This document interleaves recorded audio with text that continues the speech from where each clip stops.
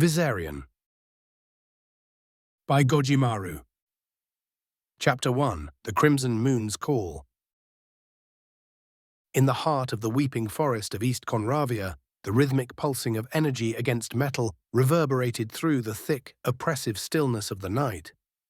The sound was almost melodic, each strike perfectly measured, each note carrying a weight that seemed to echo beyond the clearing, absorbed by the ancient trees that loomed in silence. The steady cadence was a testament to Master Blade's experience and discipline, a man whose skill in the forge had become legendary.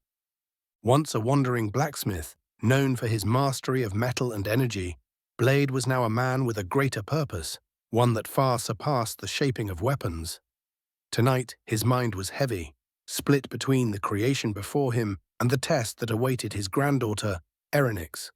11 years had passed since he had taken her in, a frightened child of 7 with a raw potential that even Blade had struggled to comprehend. Now, at 18, she was no longer a child but a warrior, forged by his hand and ready for a trial that would either solidify her path or break her entirely. The moon hung high above the weeping forest, a silvery beacon that cast long, ghostly shadows across the clearing, bathing their isolated home in an ethereal glow. The trees swayed lightly, their weeping branches whispering ancient secrets as though the forest itself sensed the significance of the night. Blade's rhythm began to slow, his final strike landing with a low hum that dissipated into the air. He placed the energy hammer down with deliberate care, the weight of it clinking softly on the ground beside him. His hands moved to the black cord securing his long locks, slowly undoing the knot. As his hair fell, cascading like coiled serpents with a mind of their own, Blade lifted his head toward the glowing moon. His eyes, usually dark and unreadable, ignited with a crimson-red hue, a flicker of the immense power that pulsed beneath his calm exterior. It was time. With a measured breath, Blade turned, his heavy footsteps barely making a sound as he crossed the threshold of the forge toward the forbidden staircase. The air around him thickened, almost as if the very atmosphere tightened its hold, warning him of what lay below. The staircase, hidden from view and avoided by all but the bravest, wound deep into the earth, a descent into the unknown, where shadows moved in the corner of one's vision, and the faint, unsettling whispers of spirits licked at the edges of sanity. Blade, however, was unbothered. He had ventured down these stairs before, and the voices held no sway over him.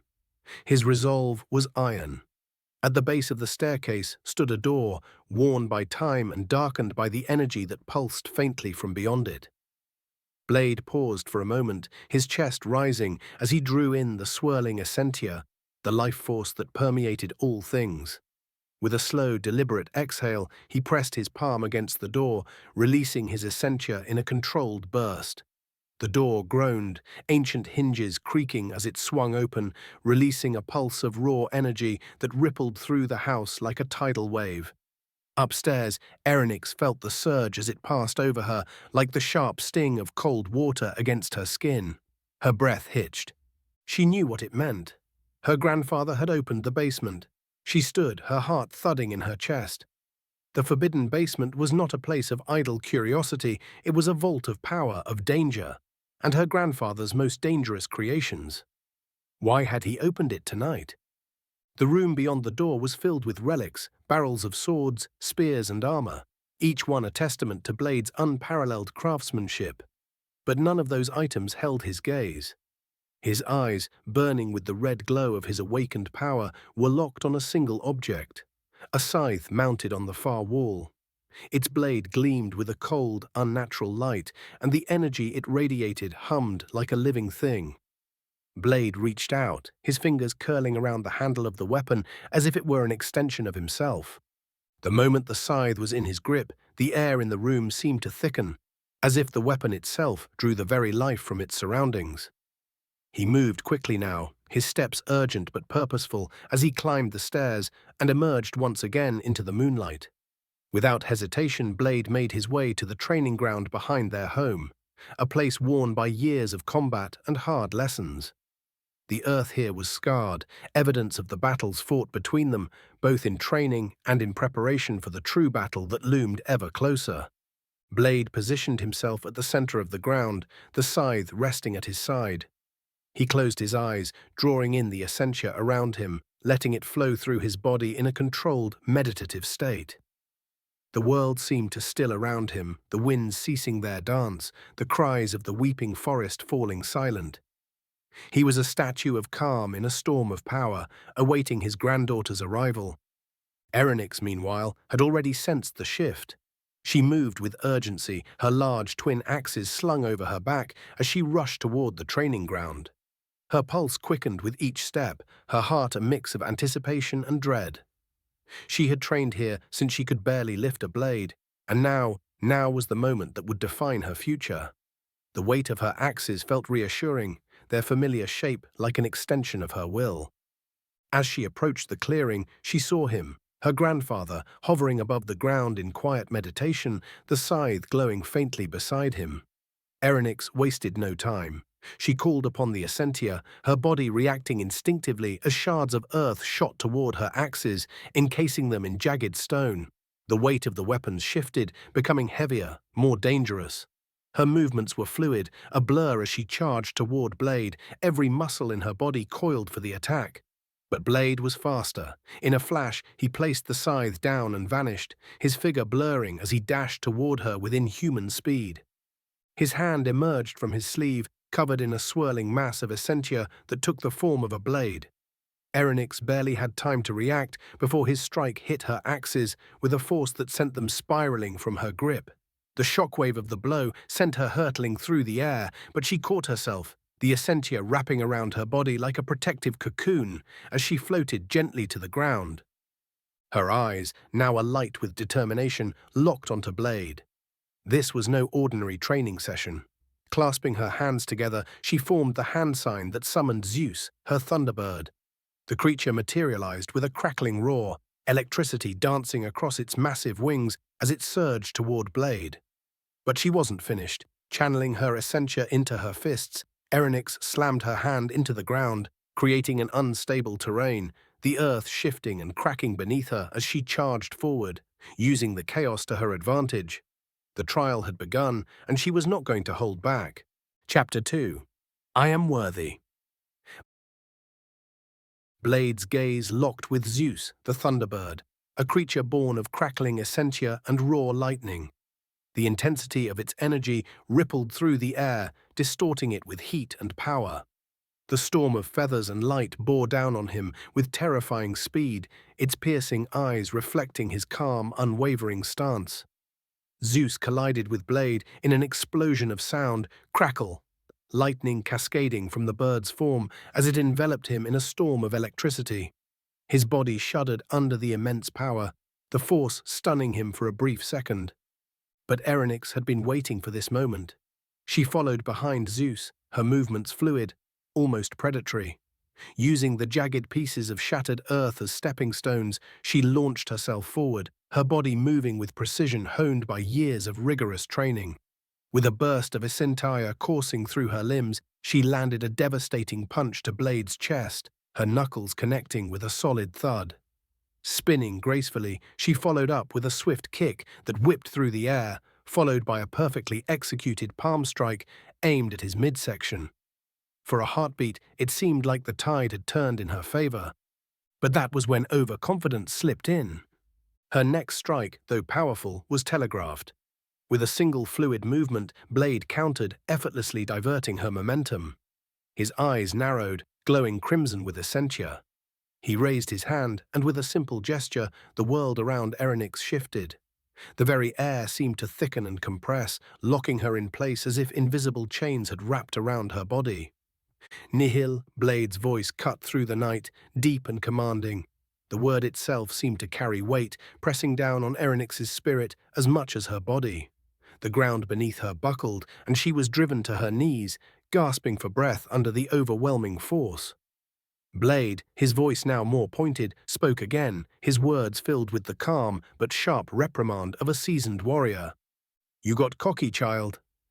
The words stung. cutting deeper than any wound she had endured in training.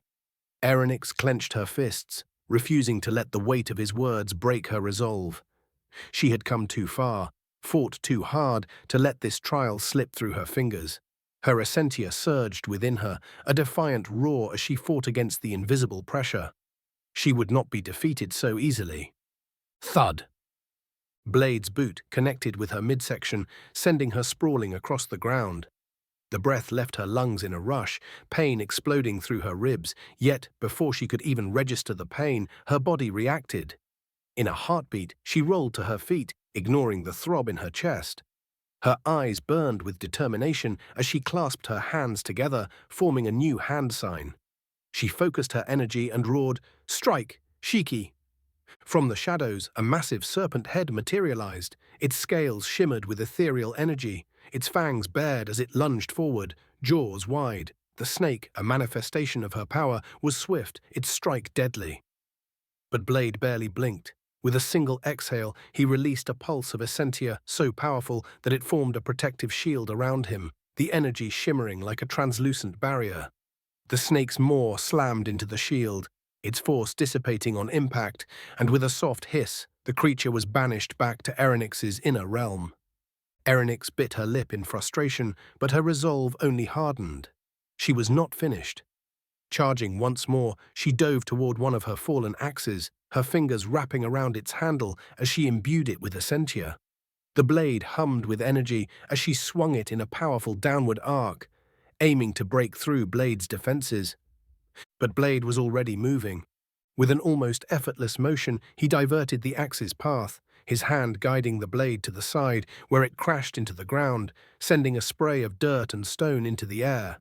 Erenyx used the momentary distraction to her advantage, pivoting into a low kick aimed at his legs. But Blade, as always, was one step ahead. He leaped into the air, avoiding her strike with ease, and as he ascended, he inhaled deeply, his chest expanding with the gathering power of essentia. A split second later, he exhaled, releasing a barrage of fireballs that streaked toward her like falling stars. Erenyx's instincts kicked in. She slammed both of her fists into the ground, pulling the surrounding earth upward with her essentia to form a thick protective wall. The fireballs hit the barrier with deafening crashes, one after another, sending shockwaves through the air. Erenyx smiled to herself as the last fireball hit, confident that she had weathered the storm. But Blade was not finished. While her attention had been on the fireballs, Blade had moved.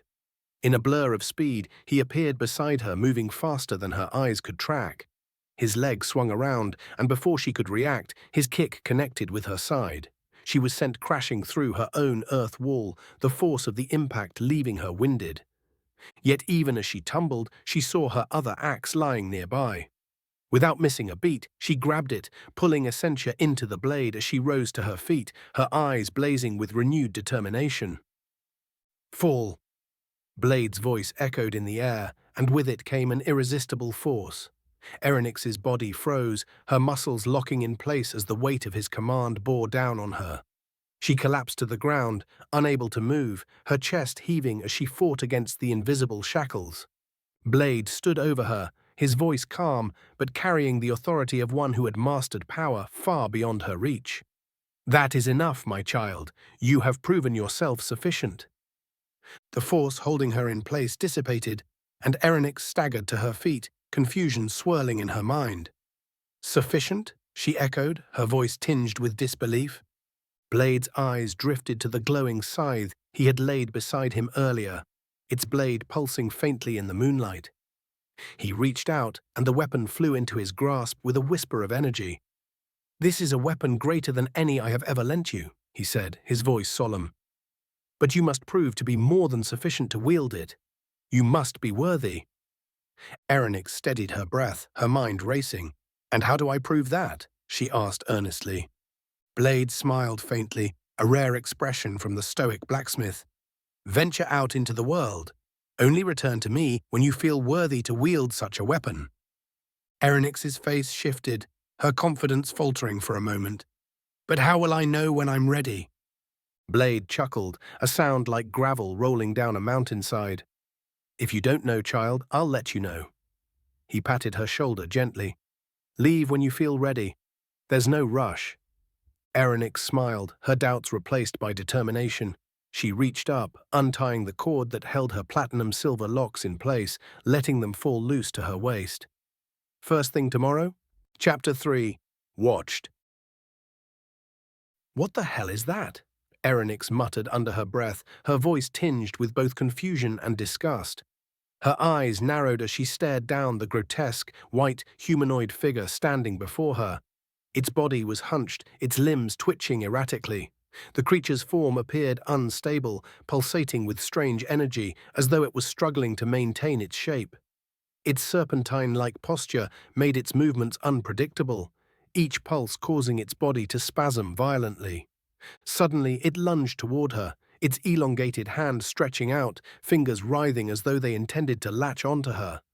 Erenyx's instincts kicked in, her body reacting before her mind could fully process the threat. She swung her arm skyward, and with a surge of essentia, the ground beneath the creature erupted. A massive pillar of earth rocketed upwards, impaling the creature through its chest. The figure let out a guttural, inhuman sound, but Erenyx was already moving. She grabbed her left axe, kin, and with a swift upward swing summoned a wave of water from the essentia stored within the blade. The liquid force surged toward the creature's neck, severing its head with a brutal slash. The creature's head hit the ground with a sickening thud, rolling across the dirt before stopping a few feet away. Its lifeless eyes remained fixed on Erenyx, staring at her with a chilling intensity. But before she could catch her breath, the creature's body convulsed. Tendrils of flesh erupted from the stump of its neck, twisting and writhing like snakes. They shot towards the fallen head, latching onto it and dragging it back toward the torso. Erenyx's eyes widened in disbelief as the head reattached itself, the gaping wound in the creature's chest slowly knitting back together, the earth pillar protruding from its torso crumbling as the creature forced itself off of it. "What the hell am I dealing with out here?" Erenyx growled, her frustration mounting as she hefted kin back onto her back alongside her other axe. Her eyes never left the creature, which was already regaining its composure. Its body seemed to stabilize, twitching less now, as though it had adapted to the damage. Erenyx's hands came together in a sharp clap. "Art of the Buddha. Earth trap," she commanded. The ground beneath the creature quaked, the tremors rippling outward as cracks splintered the earth around its feet. The creature glanced down, its eerie eyes narrowing as the ground began to rise, forming jagged stone walls that encased it. The earth continued to surge upward, closing in like the jaws of a great beast until it was completely trapped within a stone dome. With a determined look, Erenyx grabbed her other axe, Jin, and launched herself into the air. Her body soared above the dome, and she could feel the rush of essentia flowing into her weapon. "Shatter!" she yelled as she descended, her axe poised for impact. She brought the blade down with immense force, striking the center of the dome. The stone structure split apart with a deafening crack, the force of her blow shattering it into 1,000 pieces. She landed gracefully in the rubble, her eyes scanning the debris. For a moment, she expected the creature to rise again, to reform as it had before. But all she saw were dozens of small white snakes, wriggling and scattering into the cracks of the earth. The main body was gone, reduced to these serpentine fragments. Arinex knelt down, observing the strange white snakes with a mix of curiosity and revulsion. She took out her phone, snapping a few pictures of the aftermath. "What the hell was that?" she muttered, slinging her axes back onto her back. Her mind raced with questions, but there were no immediate answers. As she stood and dusted off her hands, a thought crossed her mind. "Maybe I should get a damn taxi," she muttered, rubbing the back of her head in frustration. The road ahead, leading out of the weeping forest, was poorly paved and stretched far beyond the horizon. She had a long walk ahead of her. The forest grew quieter as she continued on the path, but it wasn't long before she encountered more small beasts, remnants of the wild, untamed essentia that pulsed through the forest. She fought them off with ease, using the opportunity to test out new combinations with her axes. She experimented with swinging both kin and jin in tandem, creating waves of water that drowned her foes, while using the earth to trap and crush them.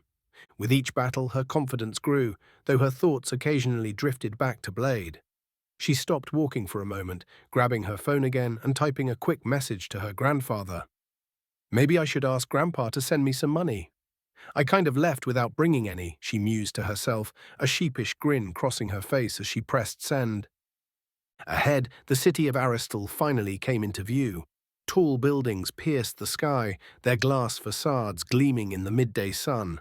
The sprawling city stretched far beyond what the eye could see, a bustling metropolis that contrasted sharply with the eerie silence of the weeping forest behind her. But what truly caught her attention was the enormous stadium at the city's center, a colossal structure that dominated the skyline, the Tournament of Dawn.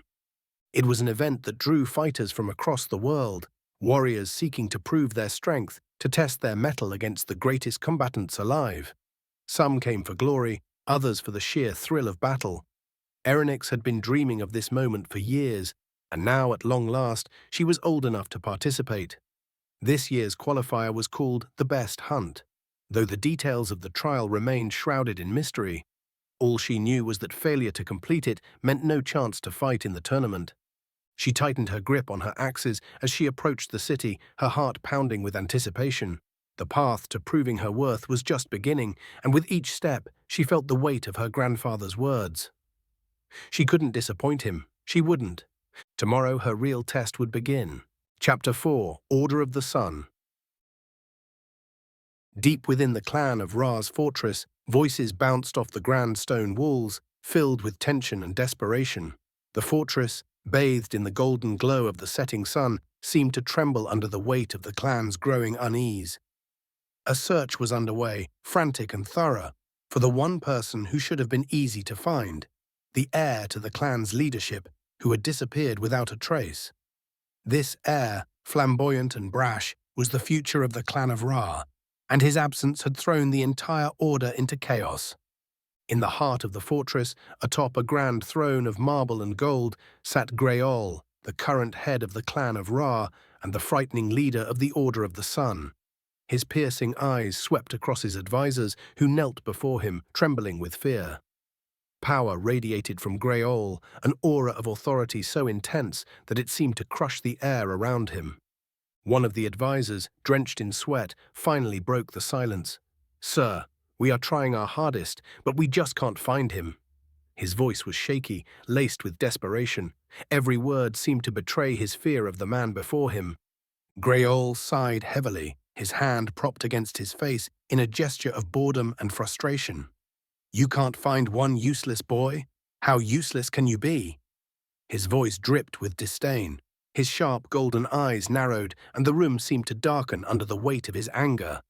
Power crackled in the air, an oppressive force leaking from him as his patience wore thin. "In the name of our great Lord Bellamy, I demand you find that boy. Do you understand?"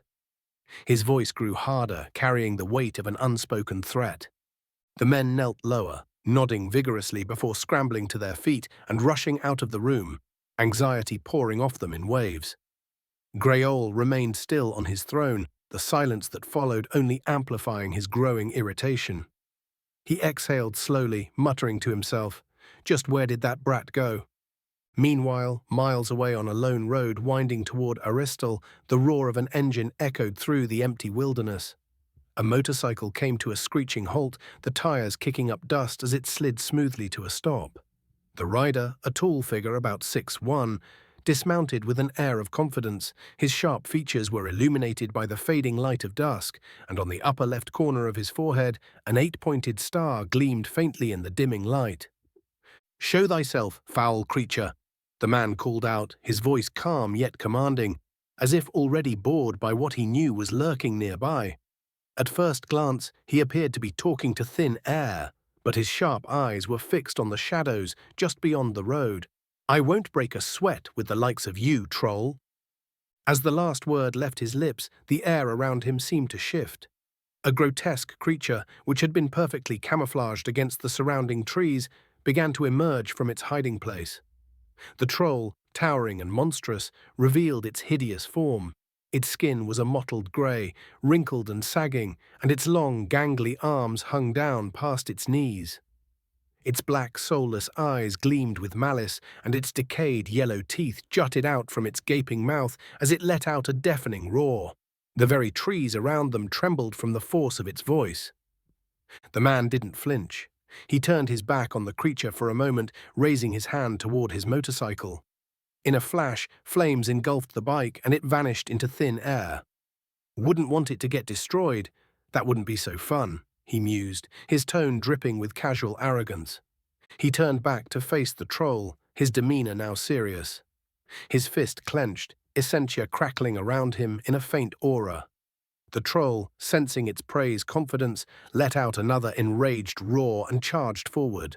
Its massive fist, thick and gnarled, came crashing down toward the boy. Thud! The impact rang out as the troll's fist connected, not with the boy's body, but with his outstretched arm, which had risen calmly to block the attack. The man didn't even budge, his expression unchanging. Disgusting, he muttered, glancing at the filth left on his clothes. It got on my clothes. Without hesitation, he leapt backward, soaring through the air with grace. Clapping his hands together, he began to chant. Art of the Toad. His right hand moved in front of his mouth, forming a circle. Bath of boiling oil. He inhaled deeply and then exhaled a stream of thick, scalding oil that drenched the troll's body. The creature stumbled back, confused as it tried to wipe the viscous liquid from its skin, only succeeding in spreading it further across its grotesque form. A moment later, the troll erupted into flames, its body igniting in a fiery blaze. It let out a guttural scream, flailing wildly as it was consumed by fire. The man watched impassively as the creature writhed in agony for what seemed like an eternity. Finally, the troll collapsed to the ground, its body nothing more than a charred husk. Such an awful creature, the man said quietly as he landed smoothly on the ground. With a wave of his hand, the motorcycle reappeared beside him, untouched by the flames. He mounted the bike, revving the engine before speeding off toward Aristal. Back on the road, leading out of the weeping forest, Erenyx continued her trek toward the city. Sweat dripped down her forehead, and she muttered curses under her breath, clearly irritated by the relentless heat. The poorly paved road stretched on before her, and the weight of her twin axes made every step feel heavier. Just as she was about to stop and rest, two masked figures dashed out from the bushes, blocking her path. They moved with surprising speed, their dark cloaks fluttering behind them as they stood in front of her, brandishing swords. "Give us all you have, and you won't get hurt," one of the thugs demanded, his voice a low, raspy growl. The other thug glanced at his partner, a hint of disbelief in his tone. "Do you not see those big-ass axes on her back?" he hissed, as though realizing the grave mistake they had just made. But it was already too late. Erenyx's eyes flashed with excitement, and before the second thug could even finish his sentence, she charged forward, her speed terrifying. One of her axes was already in her hand, the blade gleaming as she prepared to strike. The thugs barely had time to react. Chapter 5, Boy of Ra. Both of the thugs ducked and slid beneath Erenyx, narrowly evading her incoming attack with her axes. A wicked smile curled on her lips, excitement coursing through her veins. "Shiki," she shouted, summoning the giant purple serpent from her inner realm. Its massive jaws snapped open and lunged at the thugs, capturing one of their legs in a vice-like grip. "What the hell is that thing?" the uninjured thug screamed, terror flooding his voice as he watched his companion writhe in pain. "You would have had better luck facing me, idiots." Arinex replied coolly, her tone dripping with disdain. With a swift motion, she threw her axe, kin, aimed precisely at the neck of the uninjured thug. The blade cleaved through flesh and bone, severing his head cleanly from his shoulders. Thud!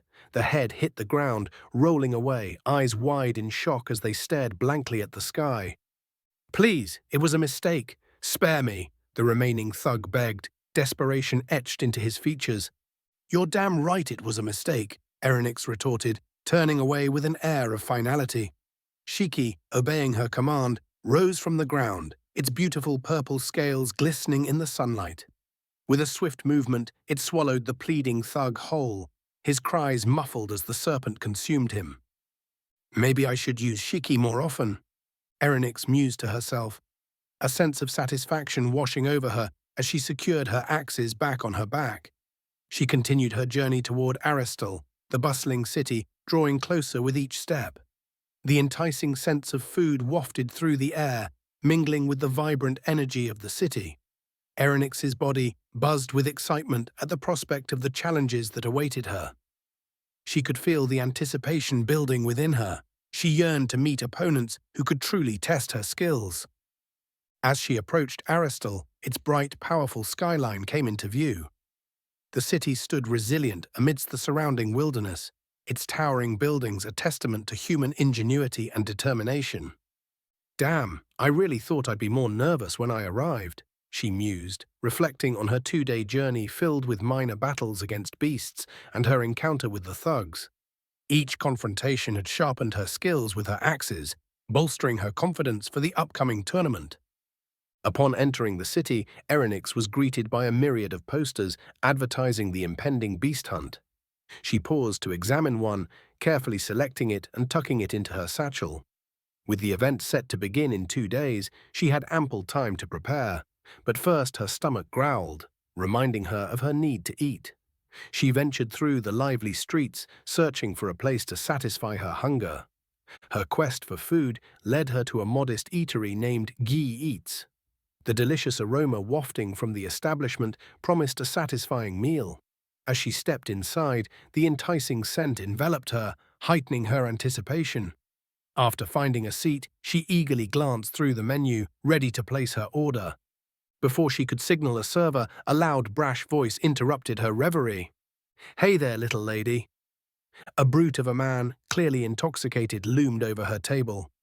"Why don't you let a guy like me get you some food and maybe even a drink?" Arinex barely flinched at his approach, her eyes narrowing slightly in disdain. Just as she opened her mouth to respond, another voice broke through the tension. "Aye, dickhead, stop annoying her," came a laid-back tone. The drunkard turned, squinting at the newcomer. "Huh? You want to be the little knight in shining armor?" he sneered, taking a threatening step toward the boy who had intervened. The boy, unfazed by the man's aggression, stood tall and resolute. "Yea, I do," he stated firmly, "and I suggest you leave her the hell alone." The drunkard, clearly enraged, attempted to intimidate the boy by placing a heavy hand on his head. "You want a piece of me, boy?" he shouted, his voice slurring with anger. The boy didn't respond with words. Instead, he effortlessly channeled his essentia. A burst of energy erupted from him, sending the drunkard flying out of the restaurant with a resounding thud that echoed throughout the establishment. The man's surprised yells were quickly drowned out by the murmurs of shock from the crowd. "Don't dirty me with those hands, drunkard," the boy said coldly, wiping off the spot where the man had touched him as if it were tainted. He turned back to Erenyx, offering a courteous nod. "Sorry for the inconvenience. My name is Loretta Ra." Without waiting for a response, he dropped a stack of money onto Erenyx's table, the coins thudding as they landed. He flashed her a brief, polite smile before exiting the building, leaving Erenyx to process the strange turn of events. Confusion swirled in her mind, mingling with a newfound curiosity about this enigmatic boy who had so boldly defended her. Chapter 6. Exceeding Time. "Damn, that girl was bad as fuck," Loretta muttered to himself, striding out of Ghee Eats, the vibrant atmosphere of Aristal buzzing around him. The image of Erenyx, fierce and beautiful, flashed through his mind, her axes gleaming in the sunlight as she had effortlessly dispatched those thugs. "But damn, I was cringy as hell," he added, scratching the back of his head in embarrassment. "Should have at least asked for her number." With thoughts swirling like a cyclone in his mind, he ambled toward a nearby hotel, needing a place to rest and regroup. The lively streets were a blur as people bustled about, their laughter and shouts weaving a tapestry of city life. Loretta felt a strange mix of pride and regret about the encounter, wishing he could have left a better impression. Meanwhile, back in the restaurant, Erenyx savored the last bite of her meal, the flavors dancing on her tongue. A smirk formed on her lips as she said to herself, "At least I don't have to ask Grandpa for money." She called over a waiter, settling her tab with ease before stepping back into the sun-drenched streets of Aristal, her heart pounding with excitement. As she wandered through the vibrant market, The intoxicating scent of spices and roasted meats filled the air. Street vendors shouted their wares, the colorful stalls bursting with fruits and trinkets. Erenyx felt a thrill of anticipation. The city buzzed with energy, promising both adventure and challenge. Her search for a place to stay led her to a quaint inn, its wooden facade warm and inviting.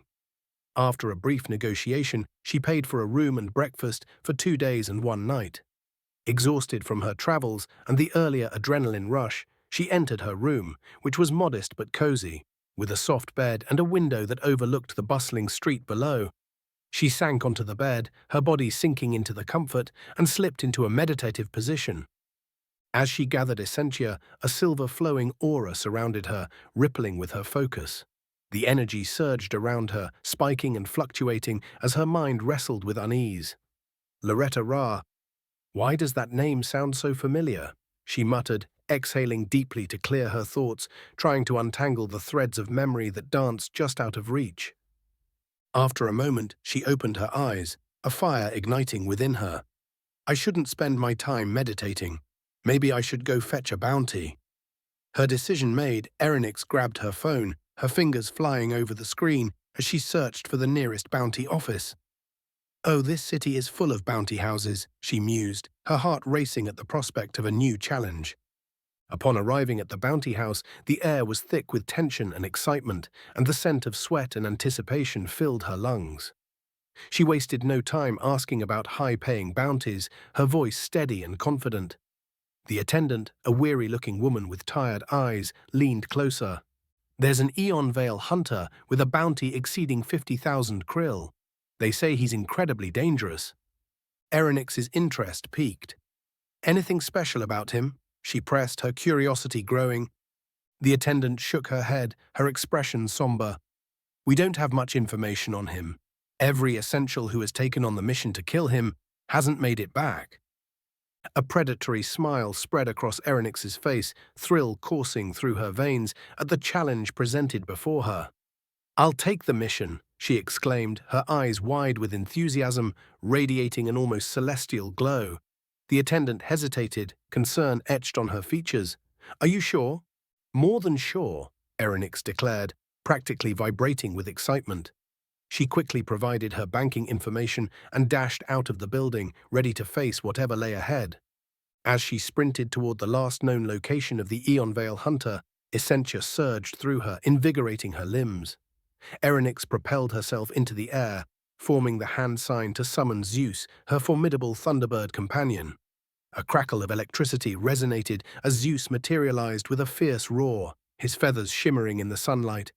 Erenyx landed gracefully on his back, her smile unwavering as they soared through the skies, the wind whipping through her locks. After a thrilling flight of less than 6 minutes, a sinister aura prickled at Erenyx's senses like a chill down her spine. With instinct guiding her, she commanded Zeus to make a sharp turn downward. They dove toward the enemy below, the clouds parting as thunder cracked, creating a cacophony of sound. Boom! A crater erupted in the ground as Zeus dive-bombed, Erenyx backflipping off his back moments before impact, her heart racing with exhilaration. Come on, I know you didn't die from just that, she shouted into the swirling dust that enveloped the area. As the cloud settled, a deep yet calm voice emerged from within. Art of the Archer, Flame Arrow. Before she could react, a fiery arrow shot through the air, blindingly fast, hurtling toward her.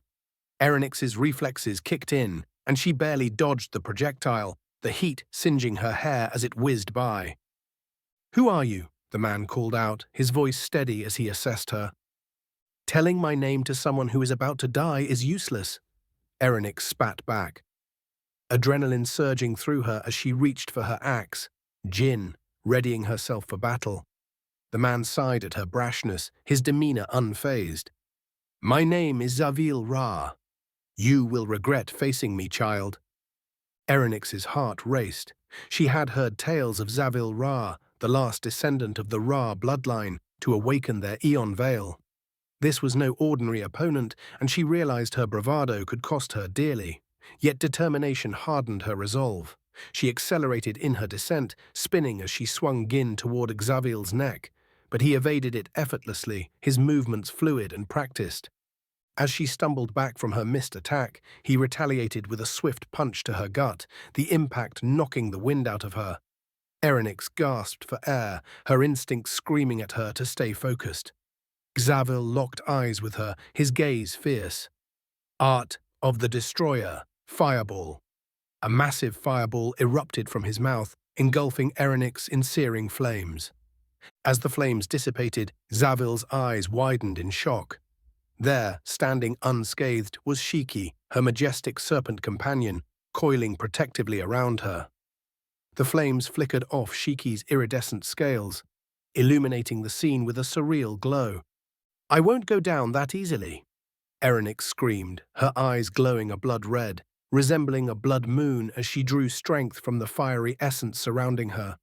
She clasped her hands together, invoking power. Art of the Moon, Weeping Forest Emergence. From the ground, a forest of trees sprang forth, their bark white and twisted, moaning and screaming like the trees from her home, creating a haunting battlefield. The ethereal sound echoed through the air, sending chills down her spine, but she pushed forward, embracing the strange new environment. With the forest fully formed, Erenyx felt invigorated, a wave of confidence washing over her. Both axes, kin and gin, faded as their elemental energies were consumed by the forest's emergence.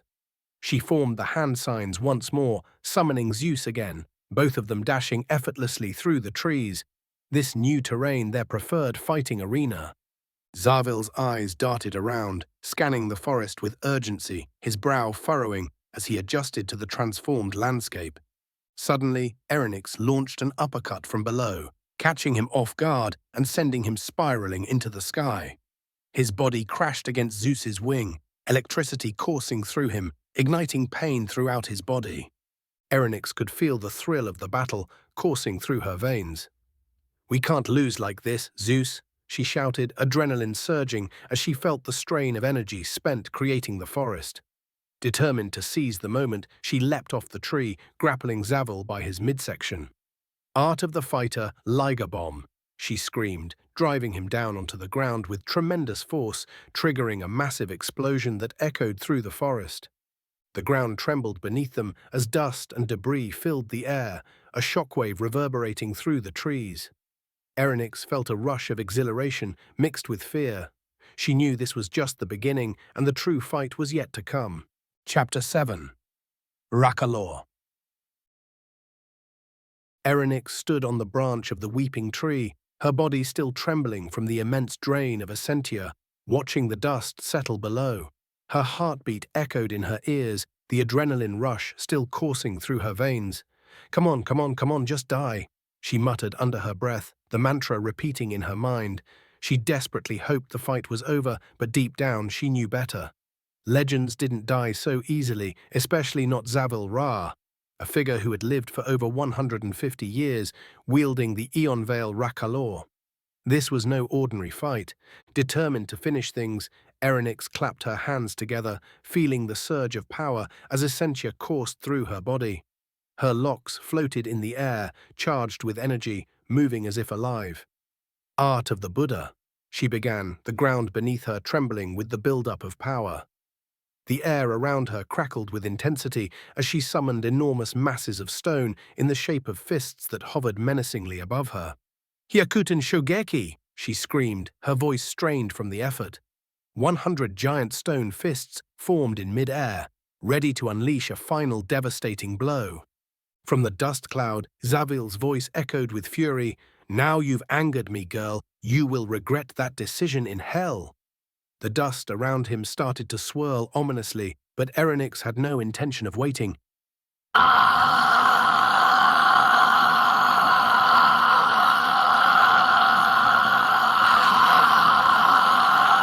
Her scream reverberated through the forest as she unleashed the stone fists in a brutal, unrelenting assault, raining them down on the spot where Xavil stood.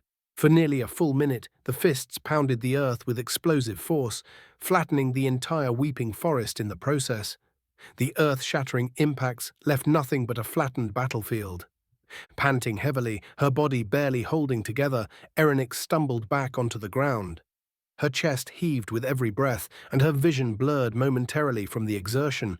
Using such a massive amount of Essentia in such a short time could have killed her. But she stood, defiant as ever, even if just barely. "Holy shit. Please be dead," she muttered, her voice a mix of desperation and exhaustion. Suddenly, Zavel erupted from the remaining dust cloud, battered and bleeding from head to toe, but very much alive. His eyes were filled with rage, his form twisted by injuries, but his spirit remained unbroken. "Dragon's breath," Zavel roared, launching a cone of fire toward her. The flames rushed forward, and before she could fully react, Zavel closed the gap, delivering a series of precise, claw-like strikes at Erenyx's pressure points. Each hit was accompanied by a fiery explosion that sent waves of pain through her body. "Searing talons," he snarled as his claws closed off her ability to channel Essentia. Erenyx staggered but swung wildly, only for Zavel to duck underneath, sweeping her legs in a fiery arc. The heat seared through her pants as she hit the ground hard, struggling to regain balance. "Blazing sweep," he shouted, following up with a vicious palm strike to her chest that exploded on contact. "Inferno Fang." The barrage continued without mercy as Zavel exhaled, his body cloaked in a fiery Essentia aura. "Ra style, dragon combo," he announced calmly, his voice filled with the confidence of a seasoned warrior. A final downward kick sent a blazing wave of heat crashing into Erenyx, throwing her backward into a smoking crater. Through the pain, Erenyx smirked. "Ra style, huh? Weaker than I expected." She forced herself to stand as the intense glow in her eyes returned, her Essentia nodes clearing from Zavil's earlier attacks. In one swift motion, she gathered her strength, releasing a sudden surge of power. "Lightning cloak," she shouted, the electric aura of Zeus wrapping around her, crackling with raw energy. Her locks flowed wildly as the air itself seemed to hum with the intensity of her newfound speed. In the blink of an eye, Erenyx blitzed toward Zavel, her electrified form closing the distance faster than he could react. A powerful kick connected with his head, sending him stumbling. "This can't be it," she thought to herself as she pressed the attack, launching another strike. But something felt wrong. Zavel was too weak, almost as if... That's when it happened. Zavel placed his hand over his right eye, and Erenyx froze in mid-attack. His pupil began to shift, spinning violently before settling into the shape of an 8-pointed star. "The Rakalor," she gasped, her heart pounding in her chest. Sweat beaded on her forehead, and her breathing quickened. She had heard of this Eon Veil, but to see it before her... But before Zavel could fully activate the terrifying power of the Rakalor, his body began to tremble, vibrating uncontrollably as if it was rejecting the very power he was trying to summon. His scream of agony pierced the air as flames erupted from his body, consuming him from within. Erenyx watched, stunned, as Zavil's body was reduced to a charred husk, writhing in the throes of death. His screams faded into silence, and when the flames finally died down, only a burnt corpse remained. Erenyx approached cautiously, her every muscle tensed for a final attack, but none came. As she neared the body, she noticed something strange. The corpse, what was left of it, began to dissolve. Snakes, hundreds of white wriggling serpents, poured from the remnants of Zavil's form. "What the hell?" Erenyx muttered, her eyes widening in disbelief as she watched the transformation. The head had completely changed, no longer resembling the man who claimed to be Zavel Ra at all. "What is happening?" she whispered, taking a cautious step forward. She grabbed the disfigured head, feeling a sickening sense of unease creep over her.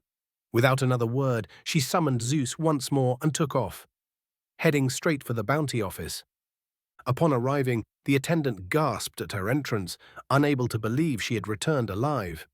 "Did you—" Before she could finish, Erenyx slammed the disfigured head onto the counter.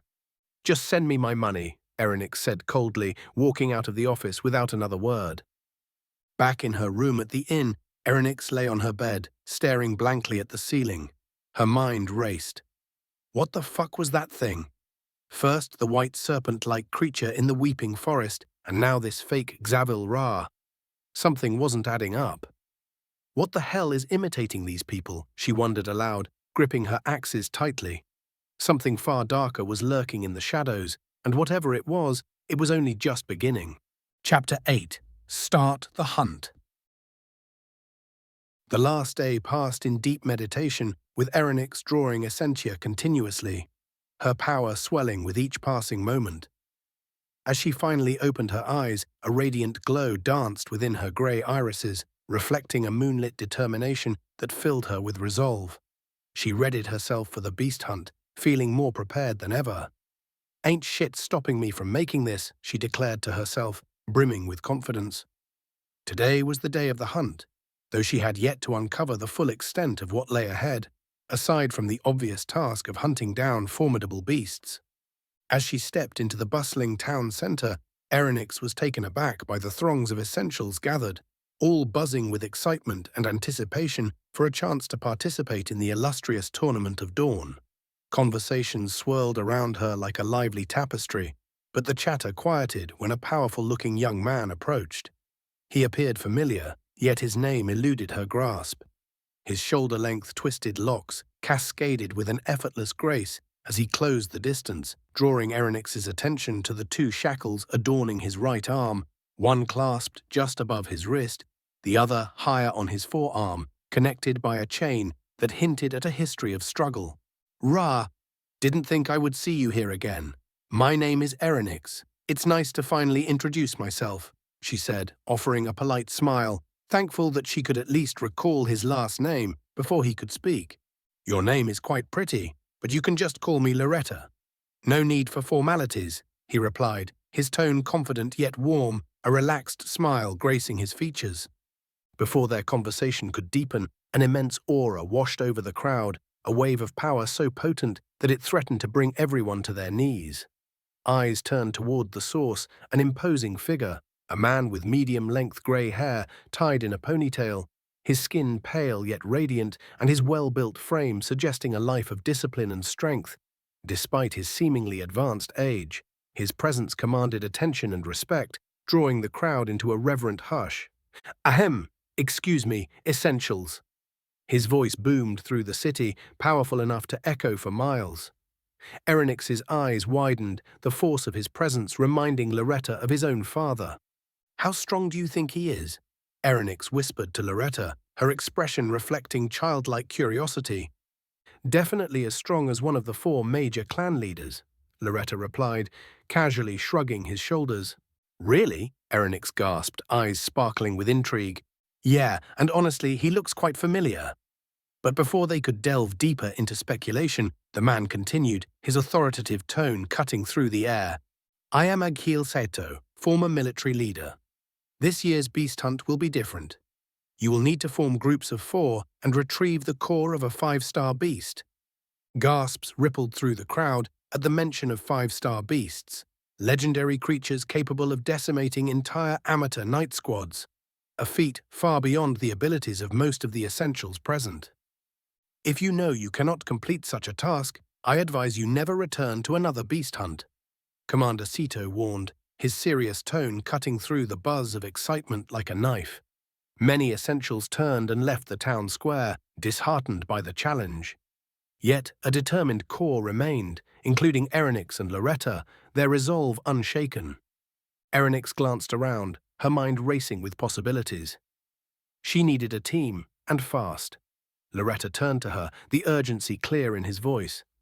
"It seems we'll need to form a team. Do you have any allies here?" Erenyx shook her head. "Hell no, I came here alone. But we should be able to find others willing to join us."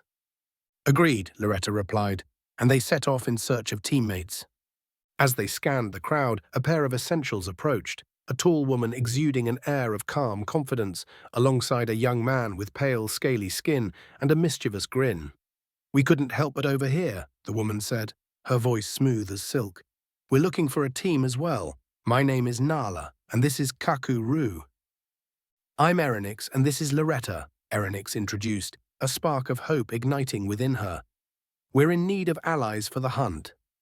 "Then it's settled," Kaku said, his smirk widening. "Let's see what we can do together, dear teammates."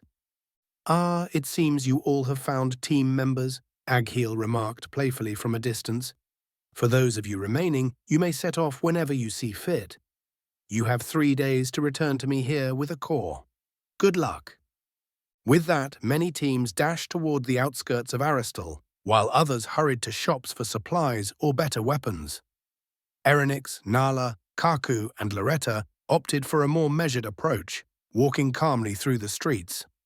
"Strategy," Nala stated bluntly, her demeanor shifting to one of focus. "Agreed," Loretta affirmed, and as they walked, they began to share details about their abilities. Loretta was guarded, only revealing that he wielded fire and could engage in both close and long-range combat. Kaku explained his unique abilities, detailing how he could stretch his limbs in serpentine ways, with an essentia nature that encompassed lightning, earth, and water. Nala shared her prowess as a long-range archer, crafting arrows from her essentia-infused materials, all while revealing her water-based abilities. Erenyx, however, chose to remain vague about her own powers, only mentioning her expertise in summoning and close-range combat.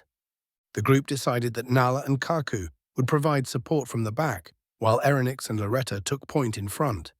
As they ventured into the forest, they scouted the surroundings for nearly 40 minutes before Kaku suddenly alerted them. "I sense a group of weaker beasts approaching with great speed," he announced, his expression shifting to one of urgency. Loretta raised his hand, conjuring a ring of fire around the team, creating a protective barrier while still allowing them to assess the approaching threat. With his arms crossed, he inquired, "Can you discern the type of beasts?" Kaku shook his head, a playful smile dancing on his lips. "Not yet, but I can feel them closing in."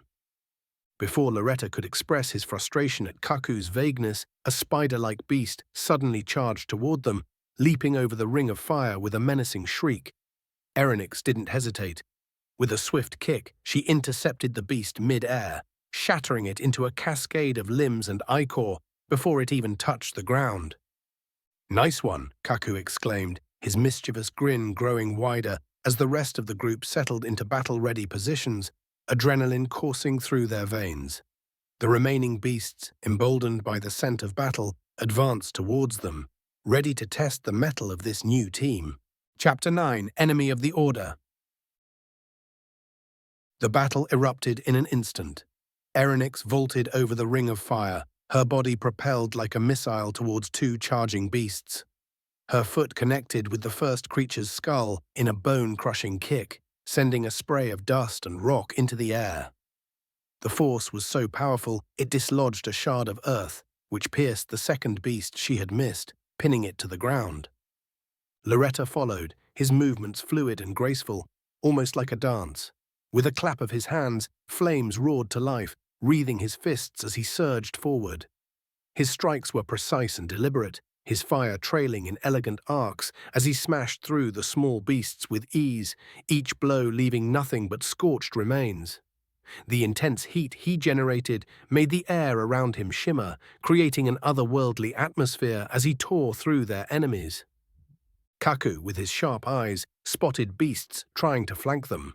In response, he unleashed tendrils of electricity that crackled through the air, striking down anything that moved too close to Erenyx or Loretta.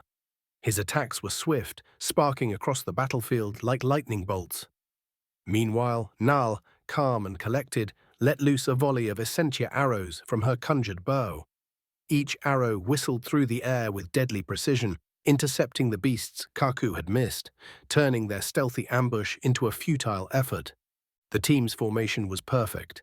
Erenyx and Loretta held the front line, striking down beasts with a ferocity that kept the enemy at bay, while Kaku and Nal provided flawless support from a safe distance. Their synergy was palpable, their movements coordinated like a well-rehearsed performance. When the last of the beasts fell, the group took a moment to catch their breath. Their victory had been decisive, and it bolstered their spirits. Loretta relaxed, his posture visibly easing, and he casually placed his hands behind his head as they walked. Kaku and Nala exchanged quiet whispers, likely commenting on the battle. But before their conversation could continue, Loretta's instincts flared. He froze, raising his hand to signal a stop. Nal, sensing the shift in atmosphere, immediately formed her essentia bow, ready for action. Loretta's body trembled unnaturally, as though something beyond his control was pulling at him. Without warning, his feet left the ground, and he was yanked forward with alarming speed, the world around him blurring as his body collided with something, or rather, someone. Loretta found himself face to face with a tall, pale man, his long black hair cascading down his back. His piercing purple eyes bore into Loretta's as though seeing straight through him. A searing pain erupted in Loretta's abdomen. He gasped, realizing only then that a dagger was buried deep in his stomach.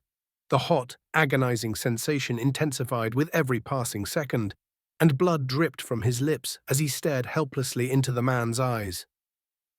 "The order of the sun shall fall," the man whispered coldly as he wrenched the blade from Loretta's stomach and let him collapse to the ground, blood pooling beneath him. Before the man could finish his next move, Nal reacted with swift precision. 7 glowing arrows of Essentia shot toward him, each one blazing through the air with deadly intent. Erenyx, already charging, clapped her hands together, summoning Zeus in a flash of thunderous light. The mythical bird screeched as it materialized, its talons outstretched and ready to attack. Kaku, wasting no time, extended his arms, pulling Loretta's body toward him, dragging his injured friend out of harm's way. Just as the combined forces of Nal's arrows, Zeus's attack, and Erenyx's charge were about to collide with the pale man, he raised a single hand, almost lazily. An invisible force rippled through the air, sending everything flying backward. Osu. The arrows were deflected, Zeus was destroyed in an instant, and Erenyx was hurled into a nearby tree with bone-rattling force. The man didn't flinch. "You're not even strong enough to touch me," he said, his voice eerily calm, though it cracked slightly at the edges, betraying underlying instability. Erenyx, unshaken by the force of the blow, stood once more, her eyes blazing with determination. She slammed her fist into the ground, sending a spiraling pillar of earth toward the man. He kicked through it effortlessly, the debris scattering around him like leaves in the wind. "My business is with the boy of Ra," he declared, raising his hand again as a large curved shuriken hurtled from the trees, embedding itself into the ground just inches from Kaku and the now unconscious Loretta. "Give me his life and you may walk away," the man demanded bluntly, his eyes flickering with disdain. The shuriken vanished as quickly as it had appeared, like a mirage in the desert. Kaku, unfazed by the threat, glanced at Loretta's prone form. With a steady hand, he ran his fingers over the gaping wound, his essentia flowing into the injury. White, scaly skin formed over the area, closing the wound and stopping the bleeding. "I'm sorry, but I can't do that," Kaku responded, his voice low but resolute. "Art of the Storm Emperor, lesser sparking cloak." Lightning crackled across Kaku's body, enveloping him in a dazzling electric aura. His hair, usually slicked back, now stood on end, spiking out wildly as he prepared to fight. Erenyx, her eyes glowing with a misty trail, locked onto the trees. She could see their hidden attacker, the one who had thrown the shuriken.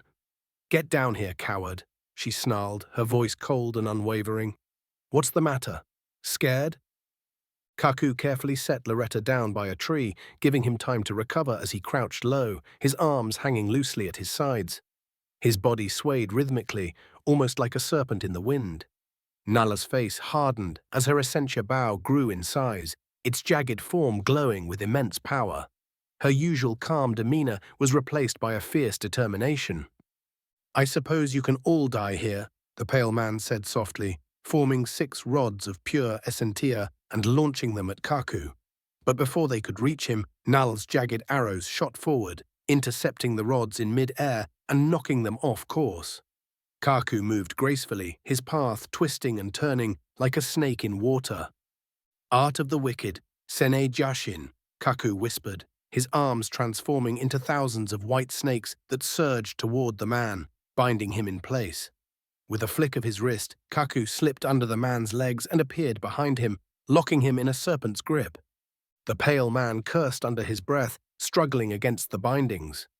But it was too late. Nal had been preparing her shot. She released a single arrow, crackling with essentia, its power immense. The arrow struck the man dead center, piercing him and sending him crashing to the ground, unconscious. Erenyx, still searching the forest, cursed as she lost sight of the other enemy. "Damn it, coward," she muttered before returning to the group. They dragged the pale man's body into a large cave for shelter. Loretta sat up, clutching his stomach where Kaku's white scales now covered his wound. "Kaku, what the hell did you do to me?" he muttered, running his fingers over the scaly patch. Kaku grinned mischievously. "Just a bit of my DNA helps with the healing process." He flexed his fingers, causing spikes to sprout from the scaly skin. "Get this crap off me before the tournament," Loretta grumbled, glaring at Kaku. Kaku tilted his head with a smile, teasing, "You sure you'll be healed by then?" "Positive," Loretta shot back. Erenyx stomped her foot between them, raising a stone wall to separate the two. "Why can't you two just get along?" she demanded, her voice filled with frustration. Loretta remained silent, but Kaku chuckled, his playful grin never fading. "I think we get along just fine." Chapter 10, Art of the Moon. The cave was steeped in an unsettling silence, the only sounds being the distant rush of wind and the steady drip of water echoing against the rocky walls. Erenyx's stone wall stood resolute between Loretta and Kaku, its surface marred with cracks, yet still holding firm. Even in her slumber, Erenyx exhibited an impressive command over Essentia, her subconscious power keeping the barrier intact. Loretta lay asleep, but not entirely, his mind trained to let only parts of his consciousness fall into the depths of rest, while a vigilant section remained on high alert, prepared to counter any threat that might dare approach. Kaku and Nala remained awake, their faces serious as they maintained a steady gaze locked onto one another. Time passed in silence until finally Nala turned away, her body relaxing as she allowed herself to slip into sleep. The cave held its breath, the stillness only interrupted by sudden gusts of wind that whistled through the cracks, mixing with the rhythmic drips from the damp ceiling. Kaku, needing an outlet for his restless energy, traced a curved line into the dirt, summoning a small white snake that slithered forth and darted into the cave's dark recesses. Suddenly, Loretta's eyes snapped open, sharp and searching, scanning the cave as if responding to an unseen sound before he reluctantly closed them again. Kaku, sensing the tension dissipate, relaxed his posture, his expression shifting to one of playful amusement. Moments later, Nal stirred, her hands moving fluidly to sign a message to Kaku. As Erenyx's stone wall crumbled with a loud crack, Loretta seized the moment, feigning a natural awakening as his senses ignited. He sat up, gaze darting to the scales still covering his wound, poking at them absently. A sharp spike erupted from the patch, defending his fingers. He shot Kaku a disapproving glare, who merely smiled and waved cheerfully. "Tch," Loretta scoffed, dismissing Kaku's antics as he turned his focus to the small flames dancing at his fingertips. He conjured tiny flowers of fire that glimmered momentarily before being extinguished by the cave's chill. Kaku's grin faded, replaced by a sense of urgency. "Get up! I sense something huge heading our way." Kaku's voice sliced through the stillness, reverberating against the cave walls. Loretta sprung to his feet, fire dripping from his fingers as his attention fixed on the cavern's shadows. Erenyx, though still groggy, was jolted awake, her body thrumming with the power of Essentia already coursing through her veins.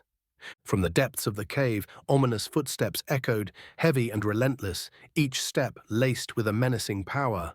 As the creature lumbered forward, a chorus of low growls accompanied its every movement. When it finally emerged from the darkness, the sight was nightmarish, a grotesque chimera, a monstrous fusion of beasts. Its lion-like head exuded smoke from flared nostrils, while its eyes glistened like those of a spider. The upper torso appeared human, grotesquely merged with the body of a wyvern, dark purple wings stretching ominously from its front legs, goat-like hind legs propelling its grotesque form, and a long, sinuous snake for a tail. The creature's growl resonated through the cave, its voice dripping with malice as it let out a chilling curse. Nova." Loretta wasted no time. He clapped his hands together, summoning flames that ignited his heart, spreading through his veins until they engulfed his hands. "Art of the Moon," Arinex whispered, her fingers dancing in an intricate series of signs. Her locks floated in the air like serpents, her silver-grey eyes gleaming as they left a misty trail behind. "Luctus arborum constrictum." From the ground, roots of the weeping forest erupted, snaking upward with alarming speed. They surged toward the beast, wrapping around its limbs and constricting its movements. Loretta launched himself into the air, his flames propelling him forward as he prepared to deliver a devastating punch to the chimera's head. His fist connected with bone and flesh, smashing the creature down into the cavern floor, where it released a harrowing, blood-curdling scream. Erenyx grimaced, feeling the drain on her essentia as she poured more energy into the roots binding the beast. Nal, seizing her moment, took aim. "Art of the archer, 8 surging arrows," she announced, her voice ringing clear as she unleashed a barrage of arrows, each one imbued with potent energy and aimed for the beast's vulnerable spots. "Art of the wicked, serpent's coil," Kaku declared as he began to shrink in size, channeling kinetic energy into his form. With a swift motion, he launched himself at the beast, transforming into a massive white serpent of pure essentia that coiled through the air, striking at the chimera. The combined force of their attacks crashed into the beast, sending shockwaves through the cave as it howled in pain. Arinex finally released her roots, exhaustion washing over her as she slumped forward, panting heavily. The chimera, however, staggered back, raising its head to unleash a roar filled with rage and fury. With a powerful flap of its wings, the chimera summoned a torrent of windblades, sharp gusts infused with a scintilla that sliced through the air, targeting the group with lethal precision. The sudden onslaught left the team reeling, cuts opening up across their bodies as they struggled to block the attacks. "Art of the Lotus, Fireflower," Loretta screamed, determination fueling his voice as he jumped into the air, inhaling deeply before exhaling a volley of fireballs towards the beast. The flames struck, but the creature barely flinched.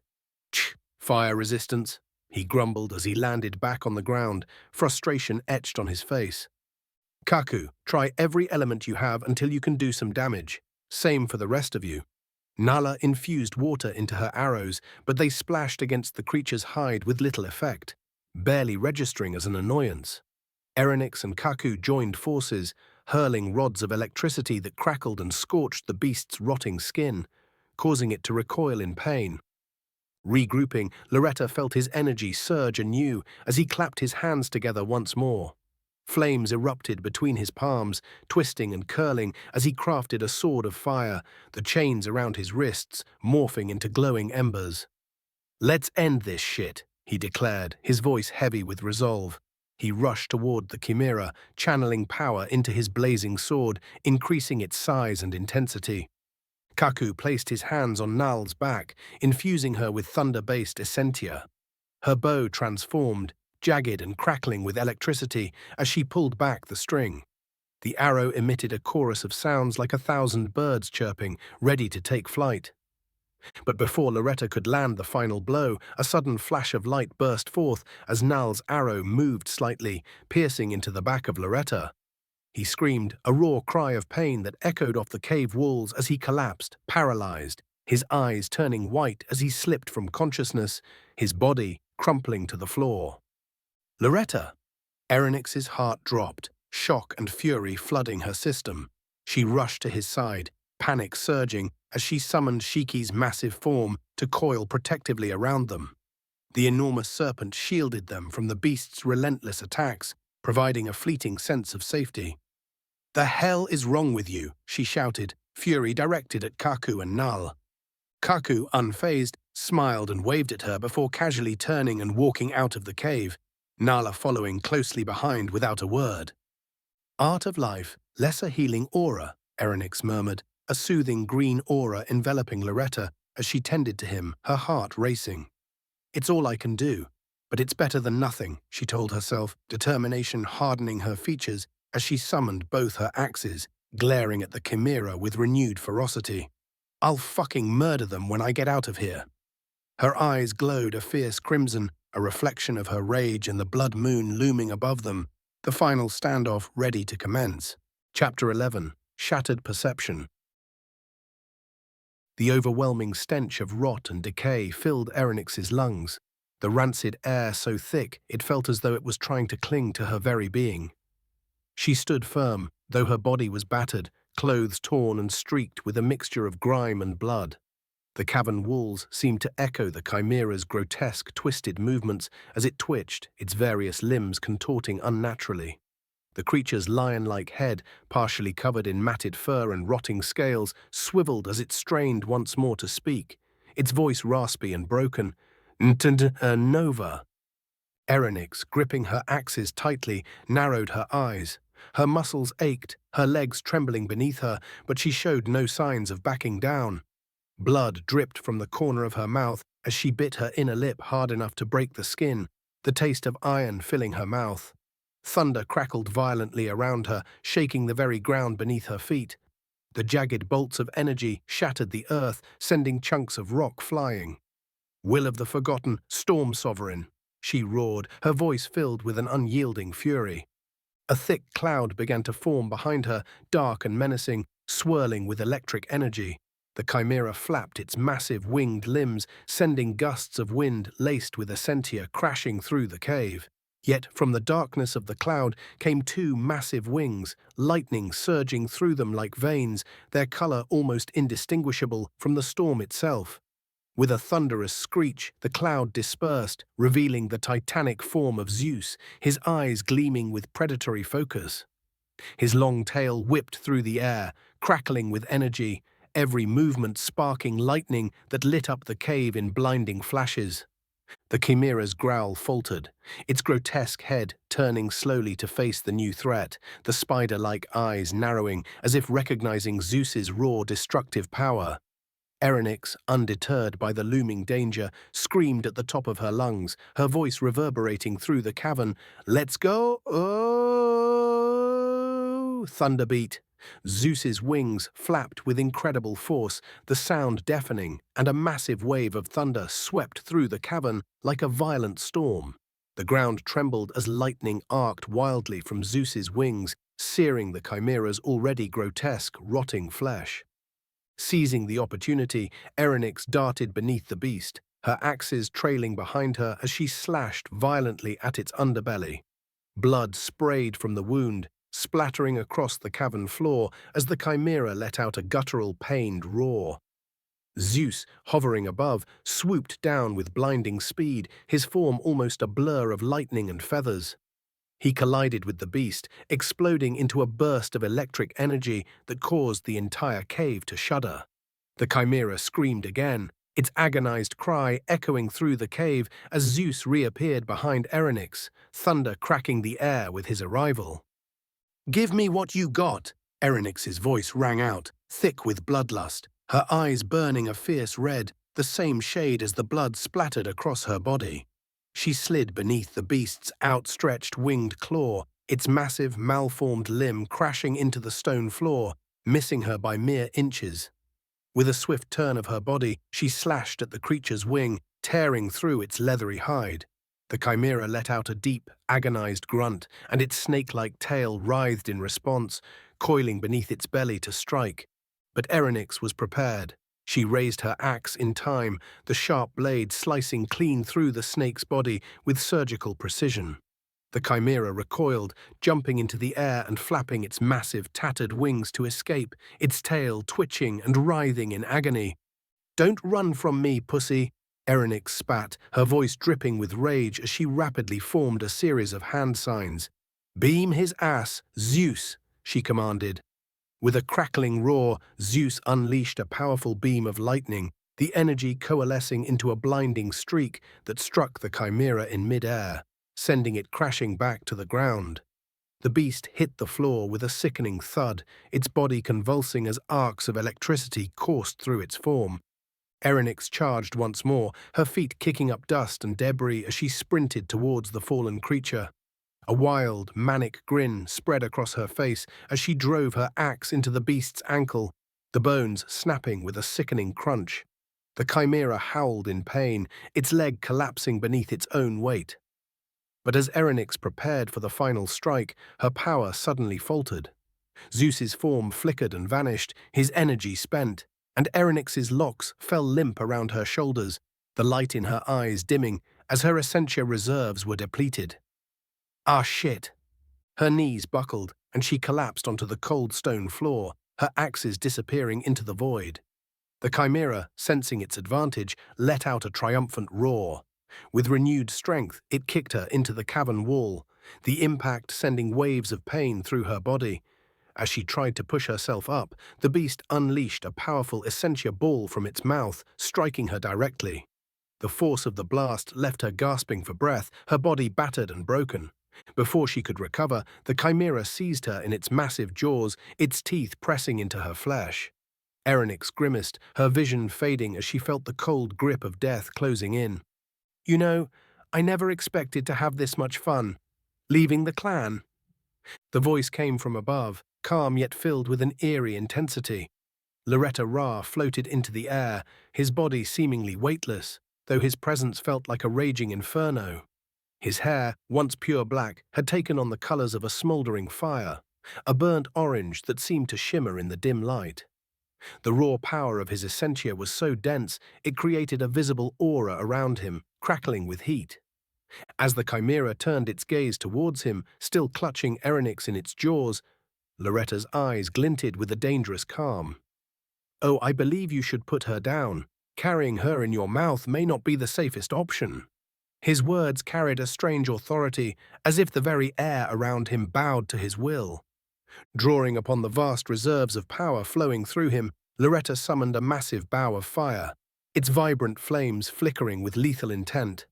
The air hummed with the energy gathering in the bowstring, the tension almost palpable. "May God bless your soul," he whispered as the form of a radiant woman appeared behind him, her hands gently resting on his shoulders. Her presence amplified his power, the bow glowing with an intense crimson and orange hue as Loretta released the arrow. For a moment, nothing happened. Then, in a single blink, the Chimera's chest was torn open, a gaping hole where its heart had been. The arrow's path had pierced straight through the cave, leaving behind a massive opening that allowed sunlight to flood into the chamber, bathing Loretta in an ethereal glow. "Pierce the sun," he murmured, his voice barely audible over the dying screams of the Chimera. Loretta floated back to the ground, his body nearly spent, collapsing onto the cold stone floor as exhaustion overtook him. "Hey, Erenyx, you alive?" he muttered, his voice weak. The cave fell into a tense silence, broken only by the faint sound of breathing. After a moment, Erenyx's weak voice responded, "Maybe, I don't know yet." Both of them lay there in silence, their bodies broken but alive.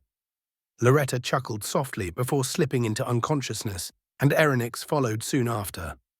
Outside the cave, hidden in the shadows, a man watched. Clad in darkness, his presence seemed to distort the very fabric of time around him. He hummed softly to himself, observing the scene with quiet amusement. "Oh, how shameful, Kaku. Even with age, you can't get anything right, dear brother," he mused before vanishing into thin air, leaving no trace behind. 2 days passed before Kaku-Ru returned to the cave, his serpentine form slithering across the stone. "Holy shit, they actually beat it," he muttered, his smile widening as he approached the massive core of the Chimera. Its cold surface shimmered under his touch, and he wrapped his arms around it, preparing to take it. But just as he turned to leave, a hand, battered and bloody, grabbed at his leg. "Go to hell," Erenyx rasped, her eyes burning with fury as she stared up at him. Kaku sneered, spitting at her before stomping on her hand and walking out of the cave, leaving Erenyx cursing his name behind him. Chapter 12, The All-Seeing. Kaku emerged from the cave, the cold air hitting his face like a slap as he stepped out from its dark, musty depths. His breath hung in the air, fogging slightly as he exhaled in relief. The weight of the cavern felt like a living thing, pressing against his back as he turned to glance over his shoulder one last time. For a moment, it felt as though the cave itself was staring back, something ancient and sinister lurking in its shadows. His spine shuddered, but he shook it off, his usual mischievous grin vanishing as his face twisted into a scowl of pure fury. "Stupid, stupid, stupid," Kaku snarled, his lips curling in disgust. The veins on his neck and arms bulged, spiderwebbing across his skin like ropes pulling taut, his muscles swelling grotesquely beneath his clothes. His slender frame seemed to double in mass, his body rippling with raw, unchecked power. His normally slicked-back hair whipped wildly in the wind, strands sticking out in all directions like the mane of a wild beast. The essentia around him pulsed violently, a chaotic storm of energy that seemed to warp the air itself, sending cracks through the earth beneath his feet. Jagged chunks of rock broke free from the ground, rising and crumbling as his power lashed out like writhing serpents, crashing into the forest floor and slamming into the air above him. "I hate you." His voice was low, venomous, as if each word was a poison he could barely contain. The sky seemed to darken around him as his fury grew. The remnants of his brother, Ely, still clung to the atmosphere. His lingering presence was palpable, like a bitter aftertaste that Kaku couldn't spit out. It enraged him, driving his power to even more dangerous heights. "Why was it you?" he growled, teeth grinding together so hard they might shatter. His essentia deepened in color, growing darker and thicker, swirling like an obsidian vortex of rage. The forest seemed to come alive with fear. Birds screeched as they scattered from the treetops, and even the smallest creatures fled, sensing the raw malevolence spilling from Kaku's aura. Hidden proctors, who had been silently watching the beast hunt, felt their own hairs stand on end, their instincts telling them to stay far away.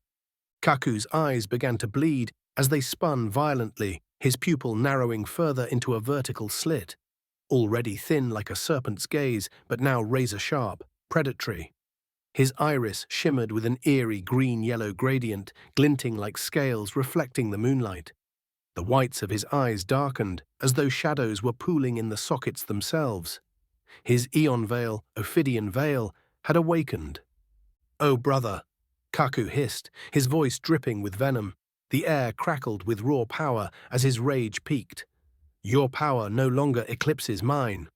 His eyes darted from side to side, searching for prey, honing in on the proctor, watching from a distance. Kaku paused, his body shivering uncontrollably as something invisible and grotesque seemed to claw its way out of his mouth, his head tilted back in a silent scream. In an instant, the proctor lost sight of him, panic rising in his chest. Before he could even reach for his earpiece, a cold blade traced across his throat, and he fell silently from the tree, his body crumpling onto the forest floor below.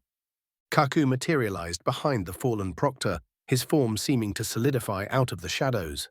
His tongue, long and snake-like, flicked out of his mouth to lick the blood that had splattered across his cheek. He grinned wickedly, savoring the taste before vanishing once more, his presence fading like smoke on the wind. Inside the cave, Loretta stirred awake, his body snapping upright as his eyes darted around, quickly taking in his surroundings. His face hardened into a stern expression, his muscles tense. The chimera's corpse lay sprawled before him, its twisted form still and lifeless, but something was missing. "Where the hell is its core?" he muttered, eyes narrowing as he scanned the body. "Kaku took it," came Erenyx's voice, calm and steady despite the circumstances. She leaned against the cave wall, her face more composed than Loretta's. "The hell? Like he came back and just took the core?" Loretta's tone was incredulous as he winced, reaching for his back. The dull throb of pain still lingered from the battle. "I tended to your wounds as best I could," Arinex said matter-of-factly, her voice level. "Today's the last day of the hunt. We need to return soon." She stretched her arms, her muscles stiff but functional, and without further hesitation, she headed for the mouth of the cave. Loretta watched her, noting the subtle change in her demeanor. More serious than usual, her carefree nature subdued by the weight of their failure. He got up, grimacing slightly, and followed her. As they stepped out of the cave together, the rain greeted them, a steady, rhythmic drizzle that soaked the forest floor and filled the air with the smell of damp earth. It wasn't a heavy downpour, but the persistent patter of raindrops on leaves and stone created an almost oppressive atmosphere. They moved through the forest at a brisk pace, neither walking leisurely nor rushing, both lost in their own thoughts, weighed down by a sense of disgrace. Loretta's mind turned over the events of the beast hunt, his jaw tightening as he replayed the attacks he had endured, especially the one aimed at his family. "Damn it, Grail," he thought bitterly, cursing his father, the leader of the Order of the Sun, under his breath. The rain trickled down his face, masking the intensity of his frustration.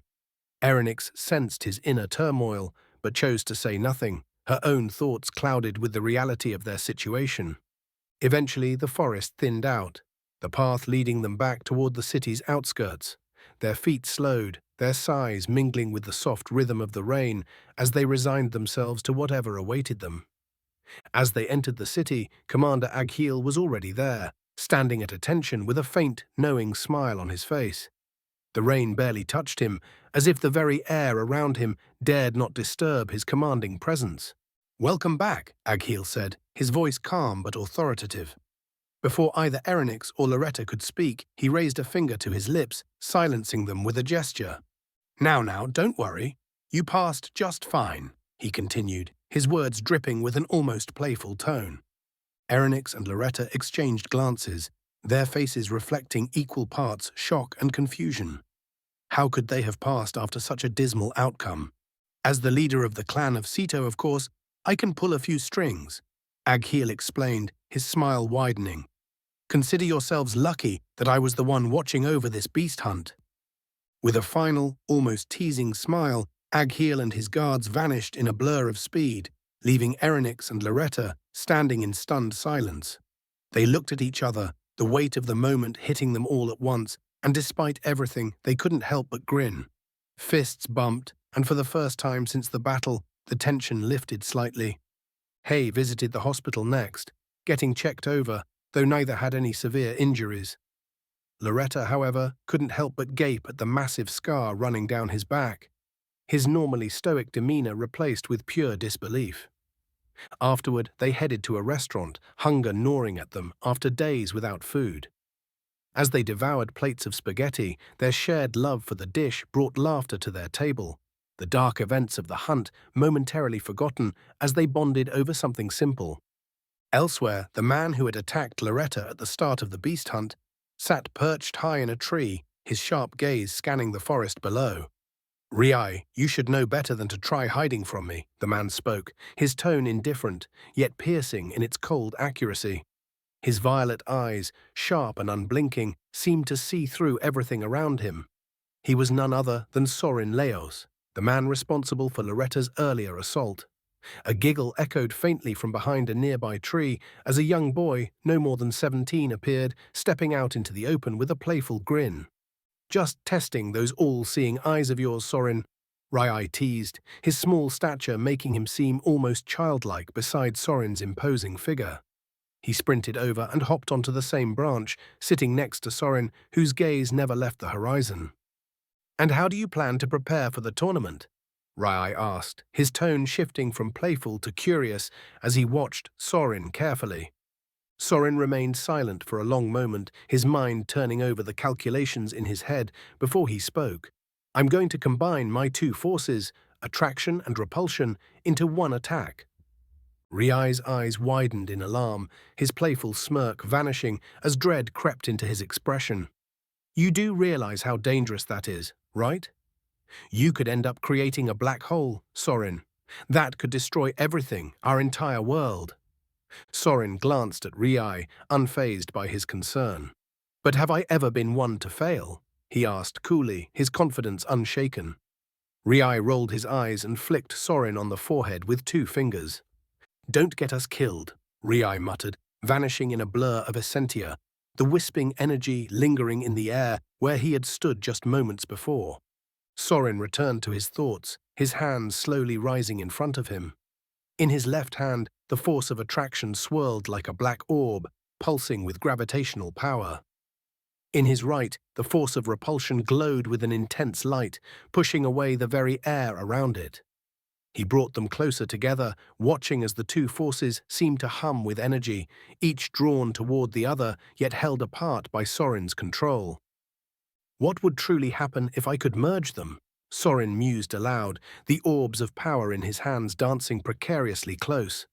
He allowed them to drift nearer, just enough to feel the potential surge of destruction that lay within their union, but not enough to unleash it.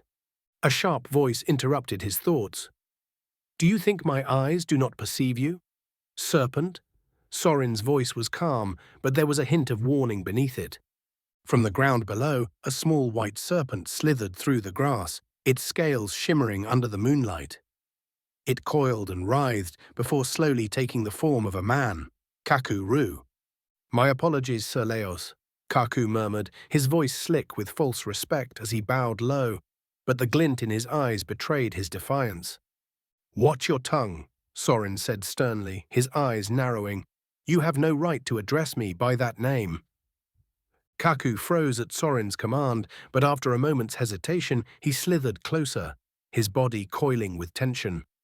"I've come to report on the Prince of Ra," Kaku said cautiously. "He survived." Sorin's expression darkened, and without warning, his left hand shot forward, the orb of attraction still pulsing within it. "Hiku," he muttered, and in an instant, Kaku's throat was yanked forward by an invisible force, Sorin's fingers tightening around his windpipe. Kaku choked, his eyes bulging as he was pulled off his feet. "Do you wish to die, serpent?" Sorin's voice was cold, his violet eyes burning into Kaku's.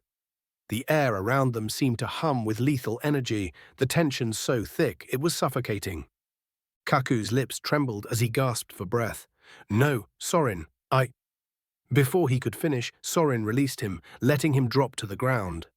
Essentia rods burst from Sorin's fingers, impaling Kaku and pinning him to the earth like a crucifix. Kaku writhed in pain, his body trembling as he struggled against the binds, his snake-like eyes wide with fear. "I hope you've said your final goodbyes," Sorin said softly, his tone almost serene as he formed another rod of Essentia. But this one was different. It crackled with more power than the others, its shape warping and twisting as Sorin poured more and more energy into it until it became a massive spear, hovering menacingly above Kaku. "Wait!" Kaku shouted, his voice breaking with desperation. Sorin's eyes locked onto him once more, his gaze icy and unforgiving. "Idiot!" Kaku spat, blood trickling from the corners of his mouth as he activated his Ophidian veil again. His eyes spun violently, an invisible force crawling out of his throat as his mouth opened wide, unnaturally wide, like a serpent unhinging its jaw. Kaku's body shimmered, shedding like the skin of a snake, and before Sorin could strike, he vanished into the shadows, his form slipping away unseen. For a moment, it seemed as though he had escaped. But Sorin didn't move from his perch on the tree branch, his eyes still fixed on the moon. A faint smirk crossed his lips. "Yet you still think you can escape my eyes?" "You're the idiot," Sorin muttered, his voice filled with quiet amusement as he allowed Kaku to flee, knowing full well that there was no place in this world where the serpent could hide from his gaze. Chapter 13. Damage. As the sun began to set over the city of Aristel, the bustling streets gradually quieted, but not because of the hour. It was because of the two figures strolling down the main road. Every eye was drawn to them, residents pausing mid-step or mid-conversation, captivated by the unusual pair. First was a massive man, towering above the crowd, his chocolate-brown skin gleaming in the waning sunlight. Scars traced intricate patterns across his bare chest, and his muscles rippled with every step. A stark contrast to the ragged black shorts he wore. His hair, long and straight, hung loosely around his broad shoulders. His face, concealed by a plain white mask with the letter S carved into it, was unreadable, but his sheer presence commanded respect, perhaps even fear. Cuffs dangled from his wrists, remnants of chains that were now broken, suggesting he had recently escaped from captivity. Perched on the man's left shoulder was a small boy, no older than 6, swinging his legs and humming as if the two of them were on a casual afternoon walk. The boy wore a similar white mask, though his bore a carving of the planet Conravia rather than a letter. His attire was much more modest, blue shorts, sneakers, and a plain white shirt, but the way he casually sat atop the giant, it was clear that he held no fear, only trust. "Hey S, I want an apple," the boy called out, pointing toward a nearby fruit stall with the enthusiasm only a child could muster. Without hesitation, the enormous man turned and approached the stall. The vendor, visibly shaking, dared not refuse as the giant picked up an apple that looked like a mere toy in his massive hand. The child, still seated on the giant's shoulder, reached into his pocket and tossed 5 krill toward the vendor. The two continued down the street, the air around them thick with unease. No one dared to interfere with the pair, instinctively giving them space as they passed. "You know, S, this has been more fun than I expected," the boy said with a cheerful laugh, patting the giant's head as if they were old friends. The giant, whose name was apparently S, responded with nothing more than a grunt, but it seemed to be enough for the boy, who laughed as if he understood the unspoken words. The streets of Aristal remained eerily quiet as the duo disappeared further down the road, their presence lingering like a shadow. In contrast to the tranquil streets, Kakuru sat alone in his hotel room, the air around him tense. His hands were clenched into fists, veins bulging against his skin as he muttered under his breath, "All-seeing bastard." His fist struck the wall with a resounding crack, and the entire surface splintered, resembling a spiderweb of shattered stone. Yet, as quickly as the damage appeared, the wall began to shift and ripple, flowing like liquid until it reformed itself, flawless and whole once more. Kaku grimaced, glaring at the wall. "Freaky-ass fucking walls," he muttered. He leaned his head against the cool surface, closing his eyes as a heavy sigh escaped his lips. His thoughts drifted back to his brother, Elysian. "Elysian, where did you go, brother?" His voice, usually dripping with malice, was now softer, tinged with a rare moment of vulnerability. Memories of their time together flickered in his mind, the bond they once shared now little more than a distant echo. A single tear traced down his cheek before he angrily wiped it away, forcing himself to stand. "What the hell am I doing?" he thought, shaking his head. He made his way to the bathroom, pulling off his shirt and standing before the mirror. Dark marks marred his scaly skin, remnants of the rod Sorin had driven into him during their last encounter. His fingers ghosted over the wounds, feeling the dull ache beneath his fingertips. "That bastard could have killed me," he muttered, his reflection scowling back at him. His phone buzzed suddenly, dragging his attention away from the mirror. Kaku glanced down, his brow furrowing when he saw an unsaved number. "The hell is this?" he said, flipping the phone open. The message sent a chill down his spine. "You stand in the bathroom, lifting your shirt, looking at your wounds. You cannot escape my eyes." His grip tightened on the phone before he hurled it against the bathroom wall in frustration. The device shattered on impact, and Kaku let out a low growl. "Damn it," he whispered, storming out of the bathroom and slamming the door behind him. Far across the city, in a dimly lit room filled with polished furniture and expensive decor, a group of businessmen sat around a grand circular table. The air was thick with tension, though the men attempted to mask it behind forced smiles and pleasantries. One particularly large man, his round belly straining against the buttons of his tailored suit, stood at the head of the table, his face flushed with self-satisfaction. 200,000 krill. That's how much I made selling off information before the beast hunt, the man boasted, his voice booming through the room. The others clapped briefly, their applause lukewarm and short-lived. 200,000 krill, and you did that with how many clients? One of the masked men asked, his tone probing. That's the best part. Just 2 clients, the large man replied, his laughter causing his stomach to shake. I'm telling you, this year, many clans are out for blood. He laughed again, a booming sound that echoed through the room. The other men joined in, but their laughter was strained, uneasy. The laughter was cut short when, in a flash, the fat man's throat was slit open, his head lolling back as blood sprayed across the table. Chaos erupted. The men scrambled from their chairs, some trying to flee, others too frozen in shock to move. One by one, they were cut down, some cleaved in half, others stabbed or beheaded in the chaos.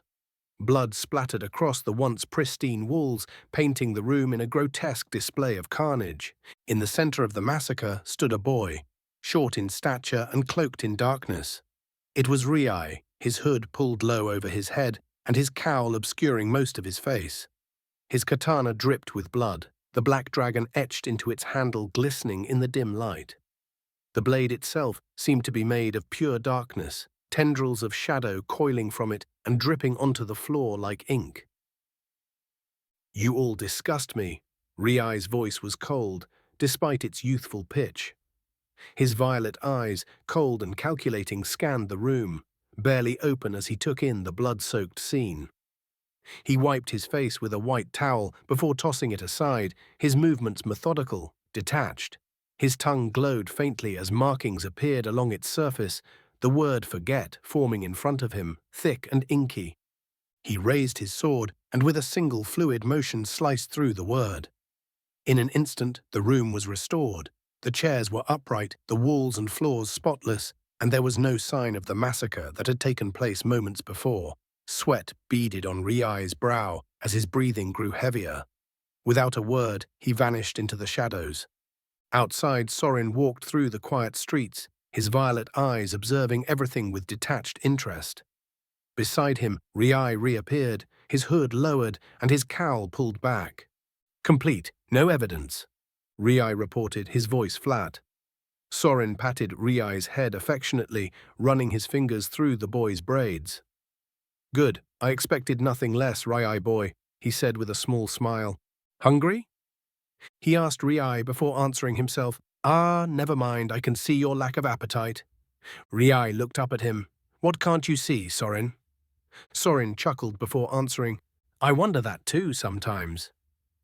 The two walked peacefully for hours before eventually returning to their own apartment, ending the night in peace. Chapter 14, The Devil Has Hands. The gasping breaths of a man echoed through the dark, his body suspended in the grip of an unseen figure, barely clutching at the hand that gripped his neck with an iron strength. Do you take me as a fool? The voice came from the hidden figure, its tone deep, resonant, and filled with an eerie power. It was the kind of voice that could command armies or terrify kings, each word laced with authority. No, sir, TW. I would never think such a thing. The man stammered, his voice choked with fear as he tried to appeal to his captor.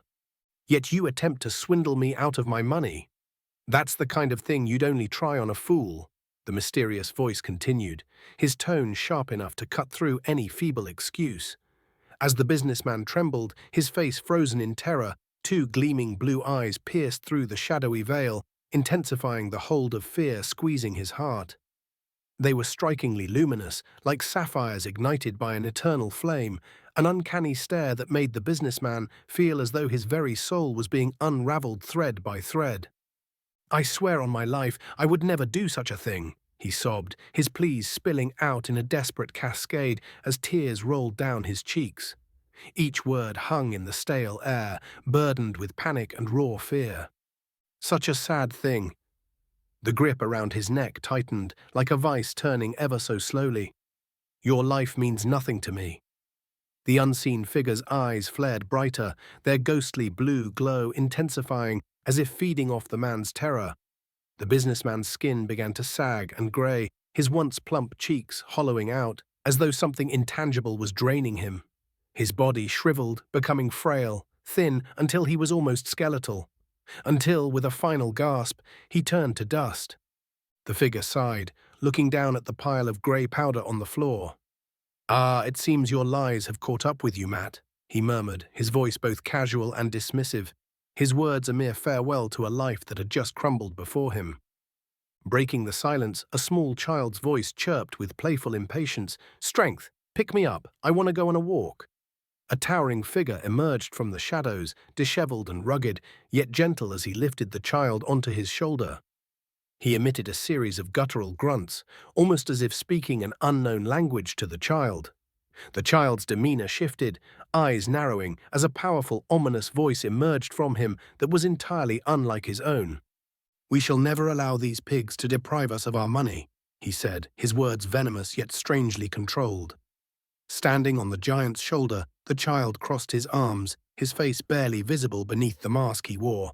His eyes, however, shone through, vast and cerulean, filled with the look of someone much older, like staring into a cosmos beyond time. Across town, Erenyx looked up from her phone, her brow furrowing as she regarded Loretta. Hey, Loretta, she started, crossing her arms with a serious look. Loretta set down his weights, flexing his fingers as he stretched. What's up? Arinex hesitated, her gaze intense. What's up with people trying to kill you? Loretta's expression darkened. He rubbed his temples, his posture sagging slightly. "You ever heard of the Order of the Sun?" At her shake of the head, he continued, his voice low and almost bitter. "In simple terms, it's a militia group, and I'm their leader's son. I was part of them once." He paused, his eyes haunted as he stared at the ground. "We slaughtered hundreds, maybe even thousands, entire clans and tribes wiped out, just because we could. I have blood on my hands, Erenyx, innocent people's blood. So if people want me dead, I understand why." His words lingered, heavy and raw, while Erenyx found herself stunned at the depth of his tone. She had never imagined Loretta, who seemed so lively, could harbor such grief. "Were you forced to?" she asked, trying to soften the weight of his words. For a long moment he just looked at her, a memory seemingly overwhelming him. "There was a guy, maybe a little older than me at the time, actually. Could barely use his essentia when I met him." His hands began to shake as he continued, his voice cracking. "He had these purple eyes. Freaked me out." He laughed bitterly, hollowly. "I killed his family, and then I let him live. I couldn't stand looking into those eyes. I thought someone else would take care of it, but they didn't." His voice trembled. "I'm not innocent." Arinex placed her hand on his shoulder, her expression unreadable.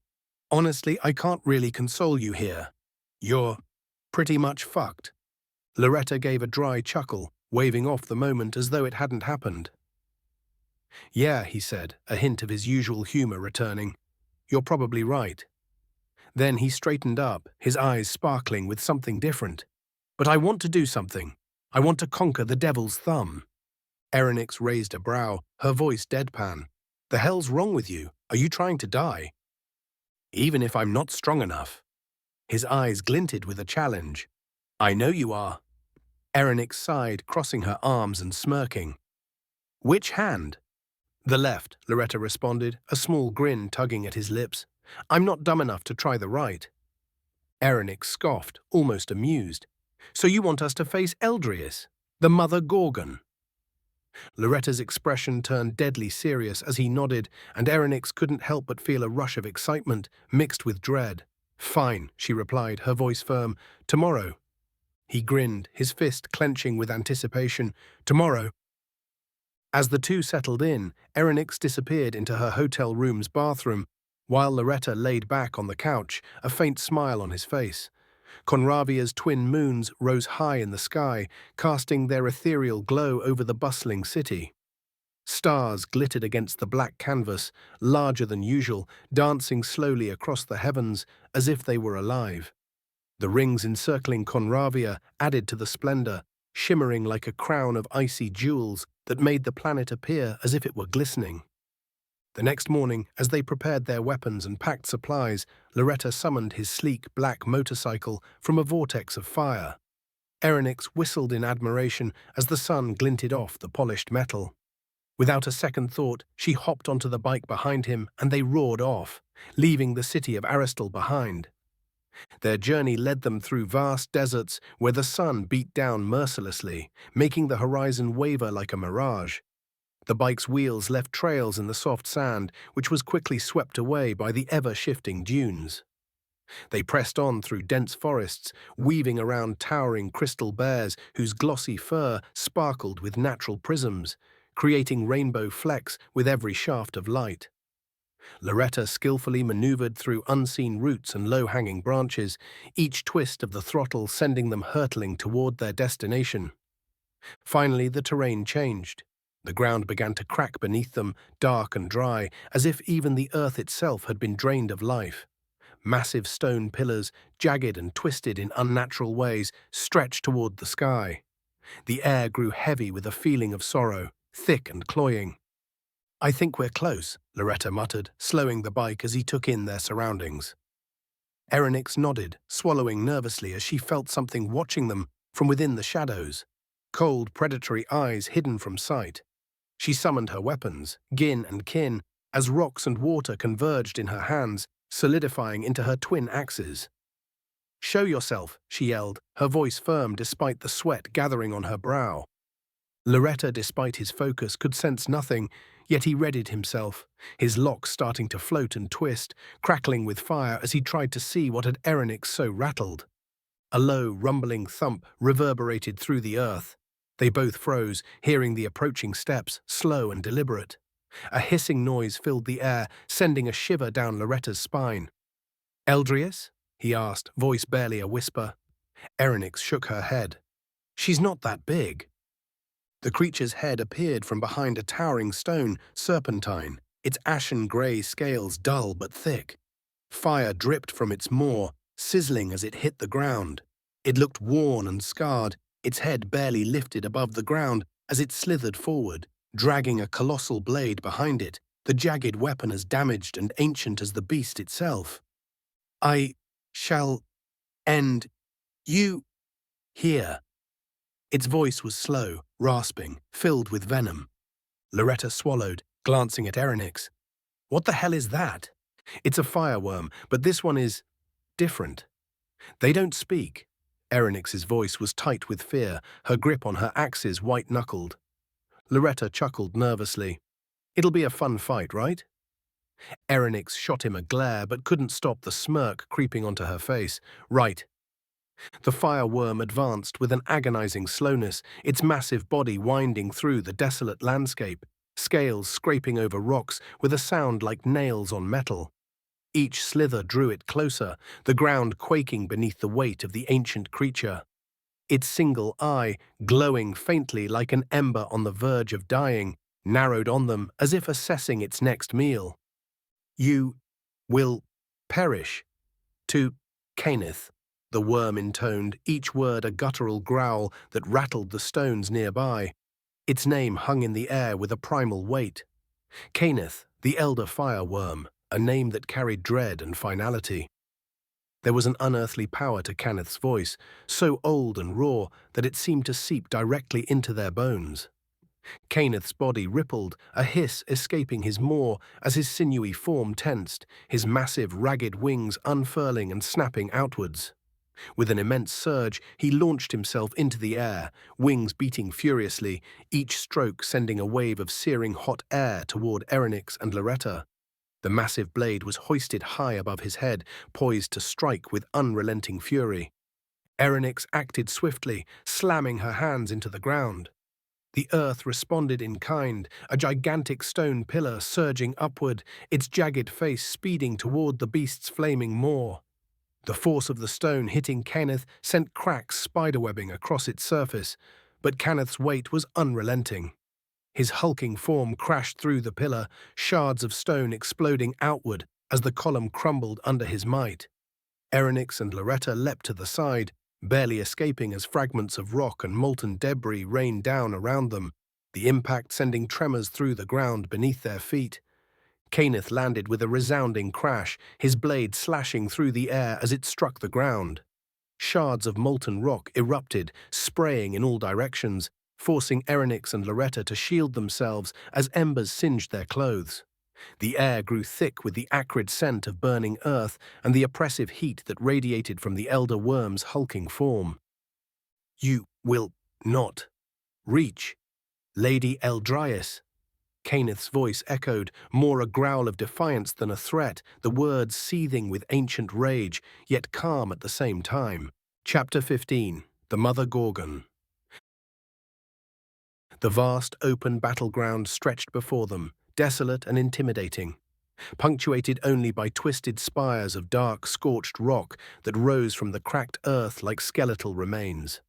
The heat clung to the air, distorting the view of the jagged terrain in a haze, with each breath feeling heavy as if weighed by the intense stillness before the storm. Caneth's massive, scaled head shifted slowly, his smouldering eyes narrowing as they fixed on Erenyx and Loretta.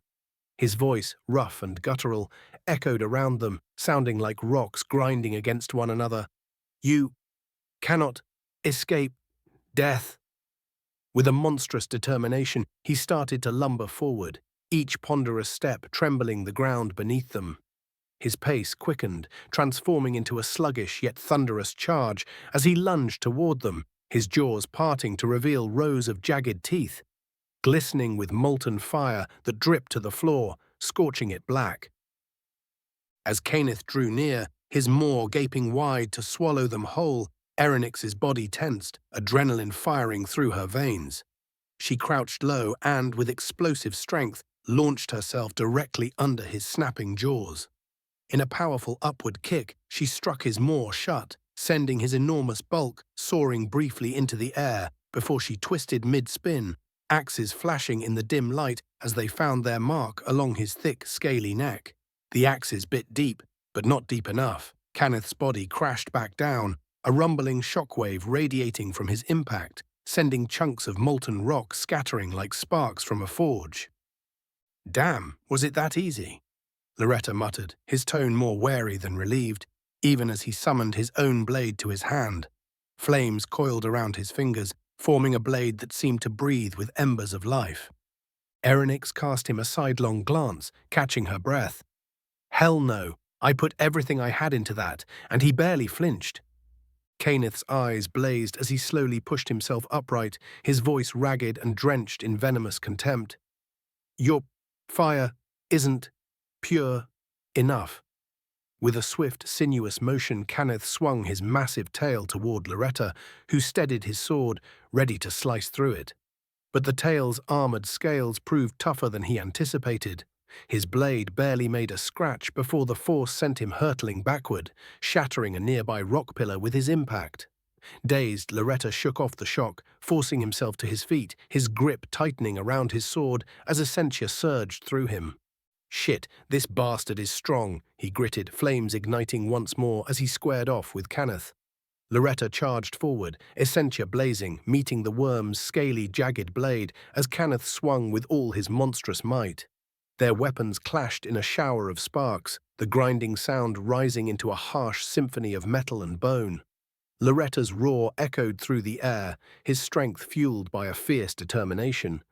Above them, Erenyx leapt into the fray, her axes merging in a flash of light to form a colossal double-sided weapon that pulsed with raw essentia. She swung down with every ounce of her strength, her cry ringing through the field. "Witch hunt!" The blade struck true, severing Cainith's tail with a decisive blow that sent a tremor across the battlefield, the dismembered tail writhing on the ground before falling still. Cainith let out an agonized roar, his enormous form faltering under the intense pain. Loretta seized the opportunity, slashing downward with everything he had, cleaving through Cainith's massive arm until the beast's bony blade fell to the ground with a heavy thud. Cainith reeled, his scales cracked, his breathing labored as he attempted a desperate final attack, lunging at Loretta with his powerful head. But Loretta nimbly flipped backward, his handspring carrying him just out of reach as he unleashed his art of the lotus. Phoenix flower. A storm of fireballs erupted from his mouth, each one a blazing ember that seared into Cainith's back, scalding his scales and filling the air with the scent of burnt flesh. Erenyx climbed onto Cainith's massive, wounded back, her hand plunging into the beast's flesh, pushing deeper until she felt the familiar pulse of his heart. With a fierce, primal yell, she tore it free, the petrified stone of the worm's heart still warm with life, until with a final beat, it grew cold in her bloodied hand, her moon-like grey eyes, now glowing a blood red. Cainith's body slumped, a last wheezing hiss escaping his maw as he whispered, "You will fall to his flame." His body hit the ground with an earth-shaking finality. As Erenyx held the heart, a strange sensation crept over her, an echo of Cainith's lingering hatred. The name Betrayal slipped into her thoughts, carrying a chill of foreboding that Cainith had taken to his grave. Loretta's voice broke her from her trance. "Who's his flame?" he asked, but Erenyx just shook her head, dismissing the name with a shrug, though her mind lingered on the thought. "No idea, but we're not sticking around to find out." Before they could move on, Loretta's expression twisted in pain, his hand clutching his stomach. The scaly armor Kaku had placed over his wound began to react, spikes jutting out and twisting as if in fear. "I know where she is," he gasped, his breath catching as the armor grew hotter against his skin. The two exchanged a look, essentia gathering in their legs as they dashed forward with renewed speed. Creatures lurking in their path barely had a chance to attack before they were struck down, the pair carving their way through the dark terrain until at last they reached a scorched, isolated house. The charred structure exuded a sense of sorrow that made them hesitate, a strange despair that clawed at their courage. "This has to be it," Loretta murmured, his grip on his sword tightening. A woman's voice, cold yet inviting, drifted from the shadows within. "Enter." Her tone was silken yet barbed, carrying an air of danger that sent chills down their spines. Erenyx crouched, readying herself to summon her beast. Her fingers moved in the familiar signs for Shiki, her great serpent, but nothing happened. Instead, a wave of fear emanated from Shiki, as if the creature itself refused to appear. "What the hell?" she muttered, fingers shaking as she attempted to summon Zeus instead. A faint crackle of thunder echoed, then silence. Zeus, too, had refused her call. Before she could process the strangeness, the room shifted, transporting them inside the house in a sudden blur. Their surroundings transformed, revealing what seemed more like a grim museum of war than a home. Statues of fallen essentials lined the walls, their expressions frozen in agony, their lifeless gazes staring back at them. From the darkness, the sound of a weapon dragging across the floor pierced the silence, and Arinex felt her breath catch as they waited. A voice, dark and venomous, filled the room, carrying an undercurrent of malevolence. "To think Caneth would fall." A woman emerged from the shadows, Eldrius, the mother Gorgon. Her serpentine form was both mesmerizing and terrifying, with scales that gleamed obsidian in the faint light. She wielded a black spear with ease, its blade curved and glowing like a flame. "You both will have the grace of falling to the flame of the serpent," she sneered, her voice filled with cruel satisfaction, as she launched toward them with a deadly speed. Loretta's hand ignited with fire as he brought it down onto her face, the explosion leaving a charred mark as he spun around, driving his knee into her neck. Erenyx followed close, her axes striking Eldrius's spear with precision, sending it clattering across the floor. But before she could press her advantage, her foot slipped, her heart racing as she pushed herself up, kicking Eldrius with the momentum of her swing. Loretta seized the opportunity, swiftly sweeping her tail with a low kick that threw her off balance. Erenyx leaped high into the air, clenching her fist tightly. She channeled a centaurea into her back, creating the shimmering outline of butterfly wings. "Butterfly blow," she shouted, launching herself downward with immense force. Eldrius barely dodged as Erenyx's fist struck the ground, shattering it and sending shards of debris in all directions. "Damn," Erenyx muttered, brushing off the dust as she prepared for the next move. Loretta took his position behind her, poised and ready. In an instant, Eldrius's obsidian spear reappeared in her hand, spinning with practiced elegance. A trail of crimson fire blazed along the blade's edge, so intense and pure that it mesmerized even as it radiated lethal heat. "Whoa," Loretta whispered, captivated by the flame's beauty, which he could feel searing into his core. Eldrius surged toward them, her polearm spinning in arcs of deadly flame, sweeping Loretta off his feet before attempting to plunge it straight through his chest. He rolled aside just in time, dodging the lethal strike, while Erenyx swung her axes to intercept the spear. But Eldrius parried her effortlessly, deflecting each blow. Loretta seized the opportunity, swiftly sweeping her tail with a low kick that threw her off balance. Erenyx leaped high into the air, clenching her fist tightly. She channeled a centaurea into her back, creating the shimmering outline of butterfly wings. "Butterfly blow," she shouted, launching herself downward with immense force. Eldrius barely dodged as Erenyx's fist struck the ground, shattering it and sending shards of debris in all directions. "Damn," Erenyx muttered, brushing off the dust as she prepared for the next move. Loretta took his position behind her, poised and ready. "Fall to the serpent's gaze," Eldrius hissed. Suddenly, from the dark corners of Loretta's mind, memories surged forward, scenes he had long buried and tried to forget. Memories that softened the hatred he harbored for his father. In flashes, he saw moments of warmth, his father holding him as a child, doting on him with an uncharacteristic tenderness. He could still see his father's smile, hear his laughter, an unsettling contrast to the man who had later put him through such relentless torment. "Stop it!" Loretta cried out, clutching his head as if to banish the visions. Both Eldrius and Erenyx paused, watching his torment. "What the hell is going on?" Erenyx shouted, rushing to his side, but he shoved her away, still writhing under the weight of the memories. Realizing that Loretta was lost in his own inner battle, Erenyx steeled herself, ready to take on Eldrius alone. The two clashed in a fierce exchange, their weapons sparking with the clash of essentia. Erenyx gritted her teeth. Despite her slender upper body, Eldrius wielded incredible strength, meeting her blows head-on. "You look me in my eyes without flinching.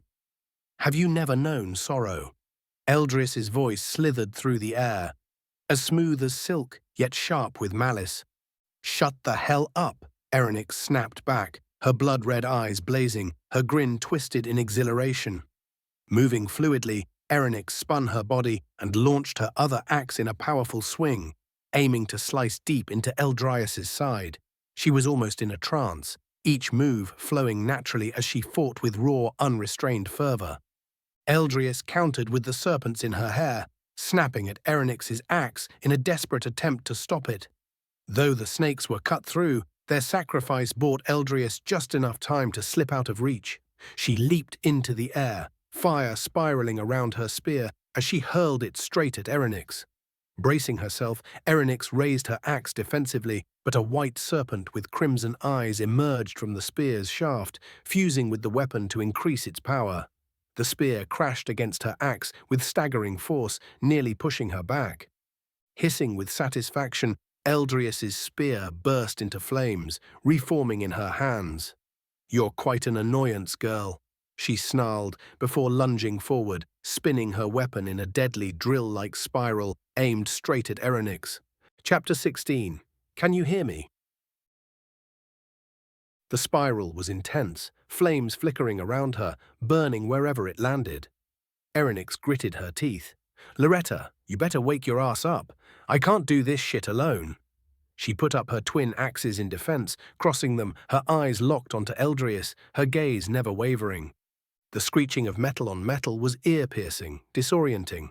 The sound was enough to awaken Loretta suddenly. But he was different, in a trance-like state. His eyes seemed void of any sort of awareness, yet he still knew what was happening around him. His eyes were different, sparkling. Eldrius's vortex began to slow. Erenyx took that chance to repel her back, throwing one of her axes as a follow-up, distracting Eldrius for just a second as she countered it. "Come on, bastard," she shouted, caving in the floor under her with a loud bang as she jumped and charged towards Eldrius. A beautiful hum starts to surround her, with her body glowing with essentia. Erenyx spun her body with immense speed. Blue essentia-forged butterfly wings sprung from her back as she landed a brutal punch into the liver area of the Gorgon, smashing some of Eldrius's ribs. The crunch was brutal. It happened all at once, so it sounded like one sickening snap.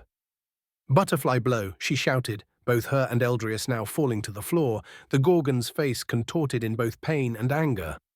Eldrius tried to stab Erenyx in her stomach, but something small, sparkling like a miniature star, drifted beautifully with an eerie hum in front of the path of her spear, and as the spear came into contact with it, boom! A massive explosion sent Eldrius flying back into a wall with a bang and sent Erenyx sprawling towards Loretta. Loretta had hundreds of those star-like objects floating around him, the 8-pointed star on his forehead shining brightly. The objects were floating around him freely, unbound by anything but the invisible force that didn't allow them to stray too far from Loretta. Erenyx rose to her feet, forming and brandishing both of her axes in each hand, ready to fight again, more determined than ever. "No, stay put. For now, I don't know if these stars will hurt you." It was Loretta's voice, yet his mouth didn't move. It echoed throughout the entire dungeon-like room. It was unnatural. Erenyx looked towards him, turning her head slightly. "You sure, Retta?" He nodded calmly before walking towards Eldrius, who was still clutching at her now badly bruised side. Each one of the stars orbiting Loretta had their own hum, all different yet not drastically enough to become unpleasant to listen to. Yet the hum still made you sweat. uncomfortable, scared. Don't come any closer." Eldris's calm demeanor was replaced by one of anger and agony, tears running down her face in a disgusting plea for mercy. But Loretta's stride didn't stop. He walked closer and closer to her. She had stooped lower into sobbing, snot drooling from her nose and tears running down her face with a quicker pace, like a disgusting waterfall. He stopped once he stood directly above her, crouching down and staring the Gorgon deep into her eyes. "You disgust me. You aren't strong. You play with the minds of the weak. You are not worthy to be one of the devil's fingers." Each word struck her as hard as the blow Erenyx landed to her side, twisting her face more and more into pure anger. "You know nothing, you damn child, so don't speak as if you know anything about me," she screamed as she tried to swing her spear at Loretta, but before it could come into contact with him, a loud clunk was heard as Erenyx's axe intercepted its path. Erenyx had quickly propelled herself to where the two were, bracing her weapon with Essentia before blocking the strike. "Think again, bitch." Eldris began to breathe harder and harder, her anger turning into panic as she let out a blood-curdling scream. Erenyx dashes back, while Loretta still sat there crouched in front of her, his eyes still piercing through her. "Loretta!" Eldris whipped her tail at Loretta, the obsidian scales glistening and shimmering as the limb came barreling towards Loretta. Before the tail could come into contact with him, Loretta grabbed one of the stars floating around him, pulling his hand back and landing a devastating hook into Eldris's jaw. Bang! Her jaw hung unnaturally, broken. Erenyx noticed how much more confident he's gotten since he woke up. This power, she had seen a glimpse of it in his eyes, yet she didn't know it would be this powerful. He's conscious, yet she doesn't believe that he really knows what he is doing. Something is wrong. Is this really all you have? So disappointing for someone chosen by the devil. The blood dripping from the hinges of her jaw pooled below her, her eyes completely filled with fear. "Loretta, are you okay in there?" Erenyx asked, her voice a little shaky and her usual confident tone isn't there. Loretta slowly turns his head, looking at Erenyx with his sparkling eyes. "I feel better than ever, Erenyx." The way he said it just didn't feel right, and this time, instead of his voice echoing through the room, he spoke through his mouth with a weird, almost scary tone. Erenyx shuddered a little bit. Her instincts told her not to get closer. They told her not to move an inch. Erenyx always moved by instinct. They were almost animal-like, and this time she wasn't going to disobey them. Loretta turned back to face the Gorgon, her eyes hazed and falling in and out of conciseness. He tilted his head while looking at her, grabbing her by the snakes she had for hair and bringing her face closer to his. "Fucking look at me." Those words snapped her back into an aware state, trying to use her eyes to bring him back into an unstable part of his mind. But it did nothing. He isn't awake. "Don't turn away. You don't deserve the mercy of fear." Chapter 17, Clouds Above. The Gorgon froze in shock, her eyes wide with disbelief. In her centuries of existence, no one, let alone a mere child, had dared speak to her this way. Yet she was helpless, unable to retaliate. Her jaw hung at an unnatural angle, its hinges bleeding profusely from the last attack she suffered. Her gaze locked on his eyes, which seemed to reflect the cosmos, their violet depths, haunting and infinite. His hair, flowing unnaturally with his essentia, thrashed in violent yet graceful arcs, a stark contrast to his calm demeanor. His grip tightened on her hair, and she winced, her hands reaching toward his arm. The blistering heat surrounding his body made it impossible for her to hold on, the searing energy charring her palms. With a sudden movement, his right hand shot out, grasping one of the stars orbiting him. In a flash of light and a resonant hum, the star transformed into a sword. The blade burned with pure fire, flickering chaotically between shades of orange and red, with hints of pink dancing at its tip. Loretta tilted Eldris's head, exposing her neck. He exhaled deeply and, in one swift motion, brought the blade down. Her severed head fell into his hand, her body collapsing with a wet thud. He stared at the Gorgon's head for a moment, his expression empty, before his legs gave way, and he fell unconscious to the ground. Erenyx rushed to his side, fear and concern etched across her face. She hesitated for only a moment before placing her glowing green hands on his chest. A faint chuckle escaped her lips as relief flooded her. "This bastard isn't even hurt. What the hell?" she muttered, collapsing onto his chest. Exhausted from her continuous use of the butterfly arts, she succumbed to sleep beside him. The shelter around them trembled, yet neither stirred. The field surrounding them dissipated, revealing the barren, desolate landscape where they had fought Caineth. The scavenging beasts of the wasteland returned, creeping cautiously but keeping their distance. Even in slumber, the duo's aura was enough to cow the weaker creatures. Loretta found himself adrift in the void of space. Stars whirled past in a dizzying blur, but he remained still, suspended amidst the chaos.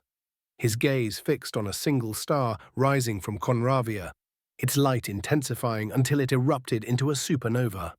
As the star collapsed upon itself, a fragment hurtled toward the planet, crashing with a deafening boom. The shock jolted him awake. His breaths were shallow, his chest rising and falling unevenly as he tried to steady himself. He glanced down to find Erenyx sound asleep on his lap, her locks spilling across him. Gently, he ran his fingers through her hair. She stirred slightly, a smile spreading across her face, though it was unclear if she was still dreaming. Loretta allowed himself a small smile, content in the quiet moment. Arinex yawned and stretched, sprawling across him like a lazy cat. He chuckled softly. "Well, good morning," he said, his tone warm. "Morning to you too," she replied, springing to her feet with an energy that belied the battle they had just endured. She stretched again before turning to him. "So, how the hell did you beat that thing?" she asked, nodding toward the Gorgon's severed head. Loretta scratched his head, looking genuinely perplexed. "I don't remember any of it," he admitted. Erenyx's jaw dropped. "You can't be serious. All of that, and you don't remember?" He shrugged. "Hell no." She exhaled in exasperation. "Man, I was going to ask you about it, but whatever." Shaking his head, Loretta retrieved the Gorgon's head and secured it to his waist. "Back to Aristal?" "Yep," Erenyx replied, already walking ahead. Loretta frowned. "Then why are you walking?" Realization dawned on her face. Before she could respond, Loretta flicked his hand, summoning a swirling vortex. From it, his motorcycle materialized. He mounted the bike, gesturing for Erenyx to join him. She climbed on, wrapping her arms around his waist as the bike roared to life and sped across the wasteland. The scenery blurred as they rode, slowing only to appreciate moments of exceptional beauty. For the first time in what felt like ages, Conravia seemed at peace. "Hey, can we make a pit stop?" Erenyx's voice broke the silence. Her tone was unusually subdued. Loretta glanced back at her. "Sure. Where to?" "East," she replied hesitantly. "The Weeping Forest." Loretta's grip on the handlebars tightened. "The Weeping Forest? You sure about that?" She nodded firmly. "Positive." The Weeping Forest was never meant to be a place someone would enter willingly. Once you enter, that ever-changing maze will never let you leave. The trees' ghost-white bark, twisting and turning so they look like they have the faces of the damned etched into them, screaming and screeching like they're burning. That forest isn't where anyone would go for no reason. So what was hers? As they approached the forest, the sounds of the trees screaming could be heard already, and they hadn't even entered it yet. The sound was eerie, unsettling to listen to, enough to make Loretta's stomach churn. "Hey, it'll be easier if we get off the bike now. I know the way." The flames spiraled around them, the bike vanishing. "The way where?" Loretta asked. Erenyx tilted her as if what she was about to say was prior knowledge. "Home, obviously." Loretta stopped. He wasn't sure if what he heard was correct. There was no way someone was living in the Weeping Forest. "Come again." Erenyx stamped her foot on the ground. "We are going to my house." And before she could continue, Loretta shouted, "You live in the Weeping Forest?" Erenyx was a little taken aback by his reaction. "Yeah, why else would I come here?" Loretta looked like he was about to say something back, but he didn't say what he wanted to, simply saying, "Lead the way, you strange bastard." Erenyx began to lead the way, strange sparkles occasionally flying around her head. They looked like shining butterflies. She let a couple of them land on her finger, smiling each time. The forest's screams became quieter. slowly dissipating into the sound of the trees themselves twisting and bending. Still a haunting sound to have to listen to consistently. Aye, we're almost here. Loretta felt a shift in the air as Erenyx said that, something close to dread, yet not that. The trees began to groan as they opened up and cleared a direct path upon a medium-sized home. A dark-skinned man, dressed in a deep indigo kimono, sat outside of the house, his pure white hair fluttering in the wind as it was tied up. Loretta began to speak. "Is that an elf?" But before he could finish, "Uncle Benny," Erenyx shouted while waving her hand. The man noticed and looked up, his purple eyes gleaming. Erenyx ran to him, giving him a big hug. The man gave a big smile, hugging the girl back. "Hey, Nyx, it hasn't even been that long since I've last seen you, and you've already gotten much stronger.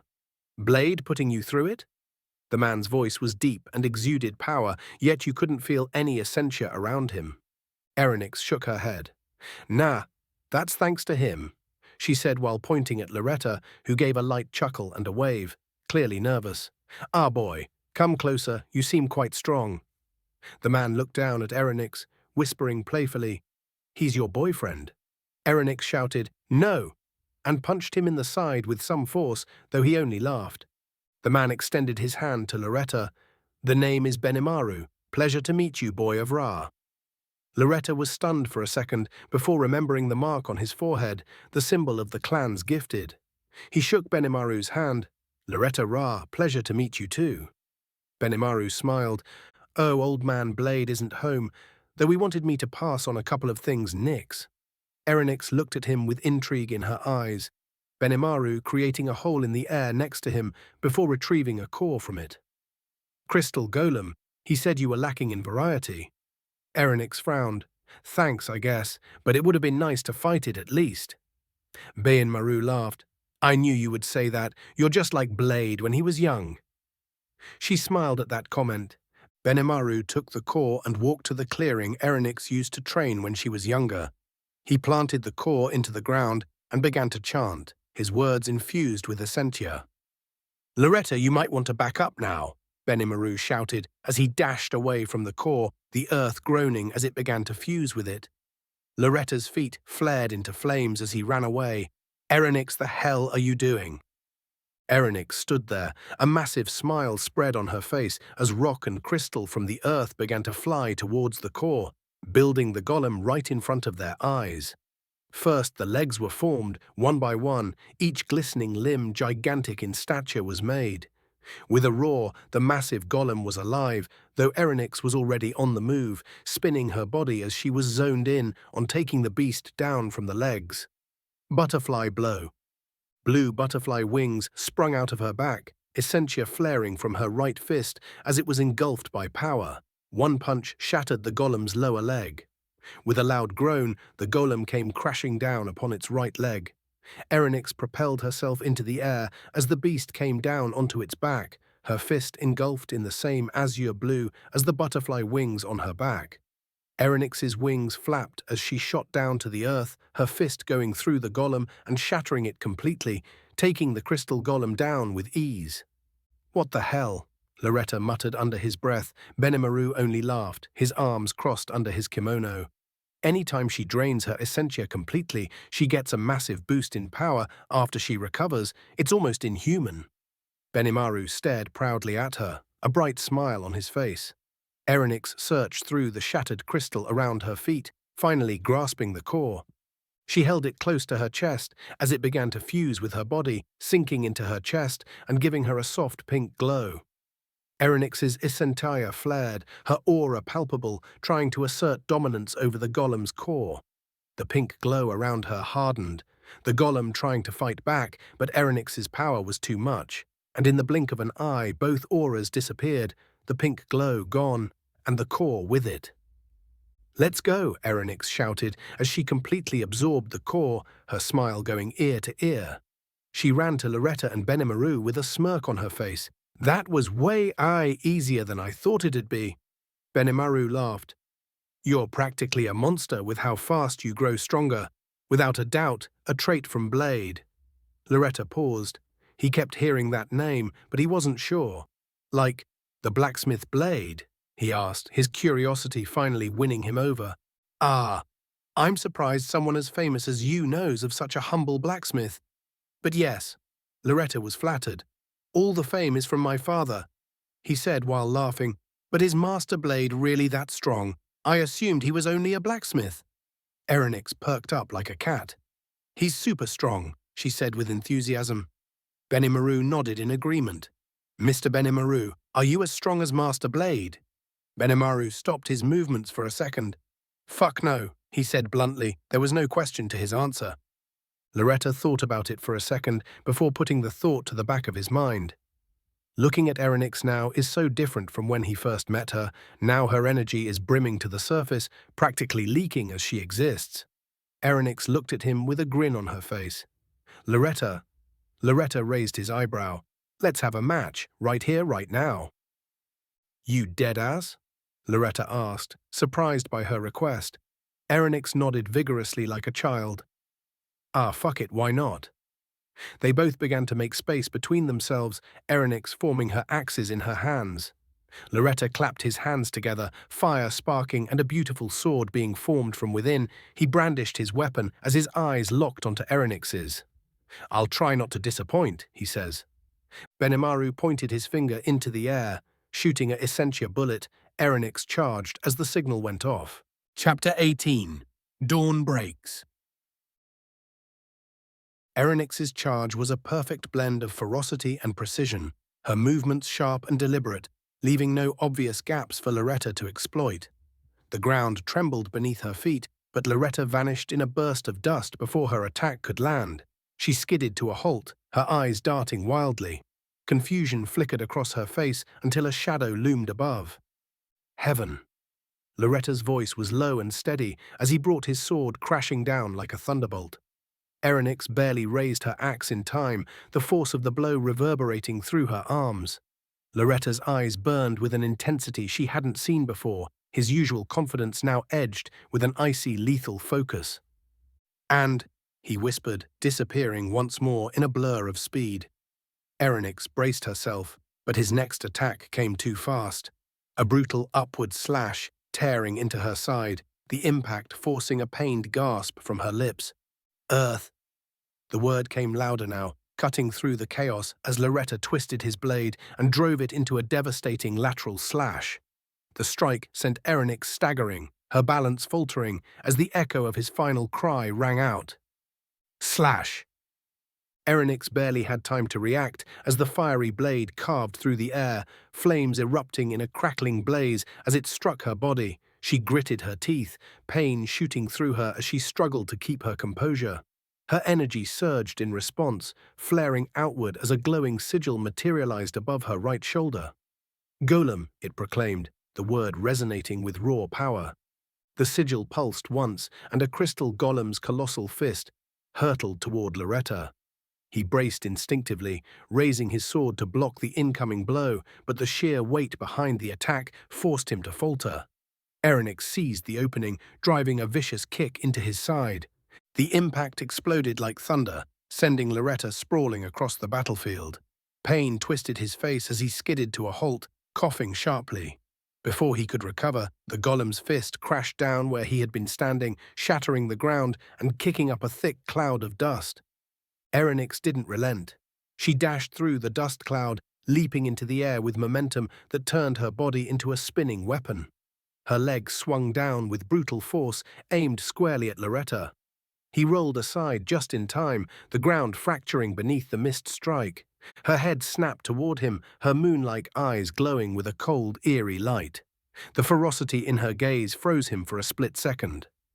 Ah shit, Loretta muttered, forcing himself to his feet and propelling into the air. Art of the Lotus, Fireflower, he roared, clasping his hands together. He inhaled deeply, summoning the inferno within, before releasing it in a cascade of 16 fireballs. They streaked toward the ground where Erenyx stood, a fiery barrage that burned through the haze of dust. Erenyx didn't flinch. Her axe became a whirlwind of motion, cleaving through the oncoming fireballs with precision. Her sharp eyes caught a detail that made her pause. There were twice as many fireballs now as the last time Loretta had used this technique. Art of the Storm Emperor, Supreme Lightning Cloak. Lightning erupted violently around Erenyx, each strike more ferocious than the last. The air buzzed with electric energy as the lightning shifted to a deep, crackling purple for a fleeting moment, pushing her body to its very threshold. Her locks whipped wildly in the air, her teeth grinding under the strain. From the sidelines, Benimaru's eyes lit up with a mixture of awe and excitement, a sly grin creeping onto his face. Erenyx stomped the ground, sending a jagged spike of earth jutting upward. Without hesitation, she surged up its length, moving faster than a heartbeat. She clasped her hands together, channeling all her strength into a devastating overhead strike. Her hands descended like a thunderous hammer, colliding with Loretta's upraised sword. The fiery blade, once stable and unyielding, shattered under the sheer force. Loretta's eyes widened in shock as the impact sent him hurtling into the earth below, the ground splitting with a deafening crack. A streak of lightning followed him down, slamming into his prone form with a brilliant flash. The storm dissipated, and the lightning aura around Arinex fizzled out with a faint crackle. Loretta lay sprawled on his back, groaning as he stared at the sky. Arinex landed lightly beside him, her chest heaving, but her lips curling into a triumphant smile. "Gotcha," she muttered. Benimaru strode toward the pair, his expression both amused and stern. "I'll admit, I'm impressed. I didn't think you'd last as long as you did," he said, glancing down at Loretta. Loretta chuckled weakly, still flat on his back. "Shit, I didn't either," he admitted, his laughter mixing with a wince. Benimaru extended a hand and hauled Loretta to his feet. The two stood eye to eye, Benimaru's sharp gaze boring into Loretta as if dissecting his very soul. After a tense pause, he spun around, his hand snapping out to deliver a firm knock to Erenyx's head. "Now listen here, Captain Dumbass," Benimaru barked, his voice edged with frustration. "If this guy wasn't freakishly strong, you could have killed him using that cloak. And even then, do you have any idea how reckless that was? That move tears you apart every time you use it." Erenyx rubbed her head, wincing but unable to wipe the grin off her face. "But I won," she said, her tone defiant yet playful. Benimaru groaned, pinching the bridge of his nose. "Winning's great, but not if you kill yourself doing it, genius." Erenyx rubbed the back of her head where Benimaru had hit her. "Yeah, I know. I just wanted to win, you know." Benimaru shook his head. "You're taking too much after me." Erenyx let out a soft, nervous chuckle. Loretta was dusting himself off, stretching his limbs. "Hey, Sir Benimaru, I have a question." Benimaru turned his attention to Loretta. "How the hell do you all live in this forest?" Benimaru chuckled. "Well, the forest has to accept you, and it really isn't that hard when you know the man who created the forest." "Created?" Loretta asked, but Benimaru cut him off. Forget I said anything," he said with a sly smile. He stared for a second before going back to stretching. Erenyx finally snapped back into reality after she was busy playing with butterflies. "Wait, where did you say Grandpa Blade was?" she said suddenly. Benimaru sighed and shrugged his shoulders. "If I knew where he was, I would have told you. He just told me to watch the house, as you would be returning soon." Erenyx sighed as she rolled her eyes. "And here I thought he would give me the weapon now." Benimaru looked at her intrigued. "Weapon?" Erenyx's eyes lit up as she began to describe it. It was this beautiful scythe. The handle looked like it was made of obsidian, a beautiful black with bandages wrapped on certain parts, and the blade was a mesmerizing light gradient blue, almost silver. Benimaru's eyes lit up at the description. Did it have two wing-like crescent shapes going opposite directions at the top of the handle? Erenyx nodded excitedly. Benimaru began to laugh hard, unfolding his hands and throwing them to the sky, startling Loretta, who was just finishing his stretching. "That crazy old man was going to give you that? Yeah, I can see why you'd be bummed out that he's not here." Benimaru finally stopped laughing. When's the next time you're coming back home?" Erenyx thought for a moment before replying, "Probably after the tournament." "Look, if he's not here to give it to you himself when you get back, I'll get it for you." Erenyx ran up to him and hugged him tightly with a wide smile on her face. Loretta let out a little chuckle at the sight. Benimaru's eyes darted to the shackles in Loretta's right arm, his eyes reacting to them slightly before looking away. Benimaru began to mutter something under his breath, his eyes glowing slightly as the forest began to bend to his will, creating a straight path out of the forest. "All right now, kids, get the hell out of my sight. I need a nap," he said while yawning and waving goodbye to them, walking back into the house. Erenyx laughed, and Loretta sighed as they started to make their way out of the weeping forest, the stars shining down upon them as they looked up at the moons, Erenyx's eyes glistening. "Now we can finally make it back to Aristal. Are you ready for that damn tournament?" Arinex said with a grin on her face. "Hell yeah," he responded, flicking his wrist in an upward motion as his motorcycle flared into existence. The two hopped on, taking off with great speed into the night. They finally arrived in Aristal, parting ways as they left for their hotels. The morning comes bright, monstrous birds flying through the air as normal, shrieking and waking up the early birds. Erenyx was awake, already ready. She's been ready since she laid in bed last night. Nothing would stop her from winning this tournament. Not even Loretta. Her nerves were steeled, nothing could shake her, she felt invincible. The streets of Aristel were alive with the thunderous roars of anticipation, the cacophony of vendors peddling wares drowned by the distant chants and cheers of the Colosseum. Erenyx walked through the crowd with purpose, her moon-grey eyes fixed on victory. Every detail sharpened in her mind, the rough texture of her knuckles from the training and life-threatening fights that have led her to where she is today. The fiery ache in her chest that reminded her why she couldn't afford to falter, to lose.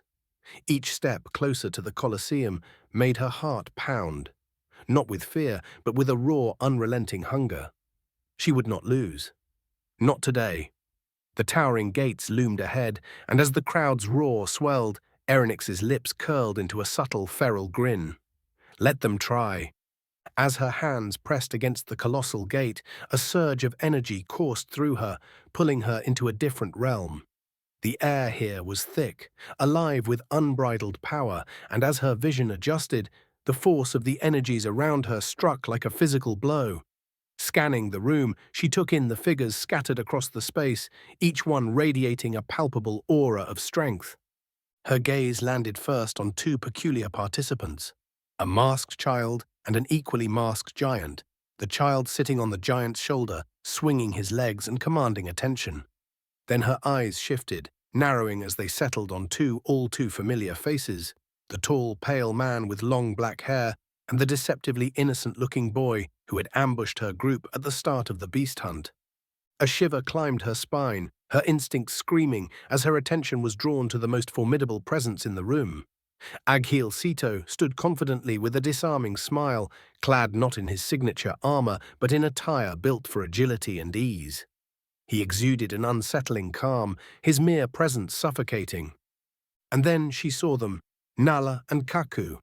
Her stomach churned at the sight of the two traitors from the beast hunt, their very existence an infection in her mind. Her jaw tightened as Kaku's gaze met hers, his smile playful but now laced with a sinister edge. He waved as if nothing had happened, the nonchalance twisting her anger into a blade of ice. Her breath hitched, panic creeping in as she frantically scanned the void. Where is he? Her chest tightened until her eyes finally found him. There he sat, in the shadows, apart from the others. His blade leaned against his shoulder, its new scabbard gleaming faintly. He didn't spare her a glance, his gaze was locked onto Nal and Kaku, his hatred as sharp and tangible as the weapon by his side Loretta made it. A soft chuckle escaped her lips as relief briefly softened Erenyx's face.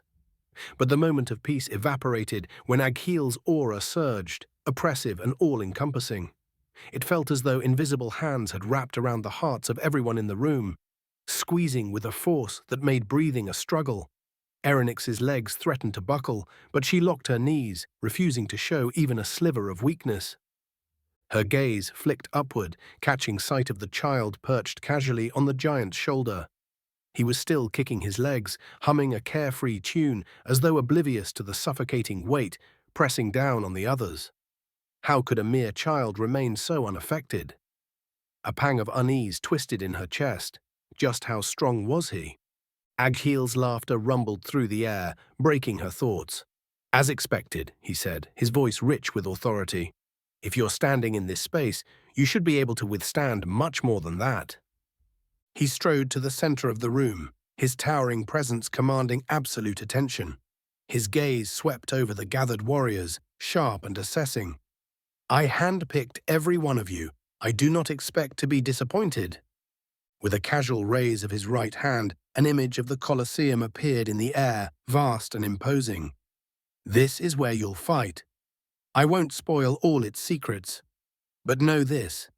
Expect it to change as you battle. A thin smile curled on his lips as he continued, his words laced with both challenge and inevitability. I will remain in the center of the arena, unmoving, only defending myself. If any of you manage to inflict sufficient damage upon me, you will win the tournament outright. The weight of his declaration settled heavily over the room. Beating him wasn't a consideration. It wasn't even a possibility. The only strategy was survival. Be the last one standing. Well, Aghiel said, his tone final and commanding, let the tournament of dawn begin. In an instant, the world shifted. The warriors were transported to the stadium, the deafening roar of the crowd crashing over them like a tidal wave. The arena loomed massive and alive, the bell ringing out like a war cry. It starts now. Chapter 19, Requiem of Rage. As the bell rang, Kaku-Ru sprang forward, his body low and his lips curling into an unnervingly wide grin. His eyes gleamed with a manic energy, a predator closing in on its prey. Sorin chuckled, rolling his shoulders lazily. What's this? Was your first beating not enough, serpent? Kaku's snarl was immediate. Shut it, damn it! He lunged, his claws arcing upward in a vicious slash. Sorin moved like a whisper, 2 effortless steps to the side. The claws missed him by a hair's breadth, the force of the swing ruffling his dark hair. Sorin's smirk widened. My turn. He surged forward, his arm outstretched and humming with an unsettling vibration. The right hook connected with Kaku's jaw like an explosion, the force sending him crashing into the ground. Dust and tiles erupted around his crumpled form, the punch having completely rocked his brain. Osu, Sorin muttered, exhaling softly. He stepped forward, planting a boot on Kaku's face and leaning in. That can't be all, can it? His voice was low, almost disappointed. Kaku growled, struggling beneath the weight.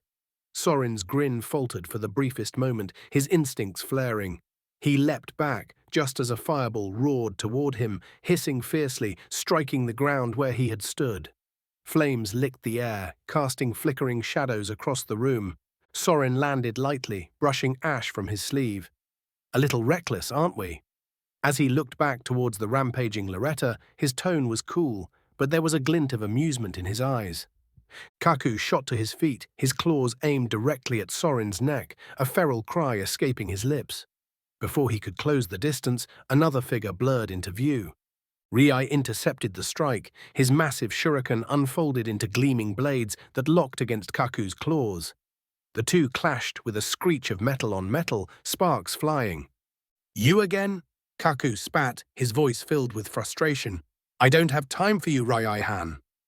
Riai's lips curled into a disdainful sneer. And yet, you can't even lay a finger on Sorin. He shoved Kaku back, his weapon poised between them like a wall. Pathetic. In an instant, the arena transformed.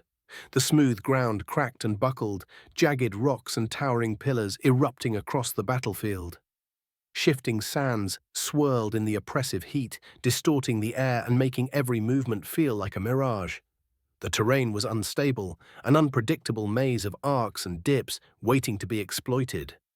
Kaku's eyes darted across the field, locking onto Riai. For a moment, the boy's form seemed to waver, flickering like a shadow caught in a gust of wind. Before Kaku could react, a sudden whoosh came from behind.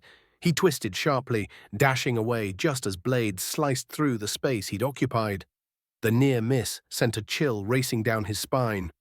Jumping into the air, Kaku steadied himself and whispered, Art of the Wicked, Sen-e Jashin.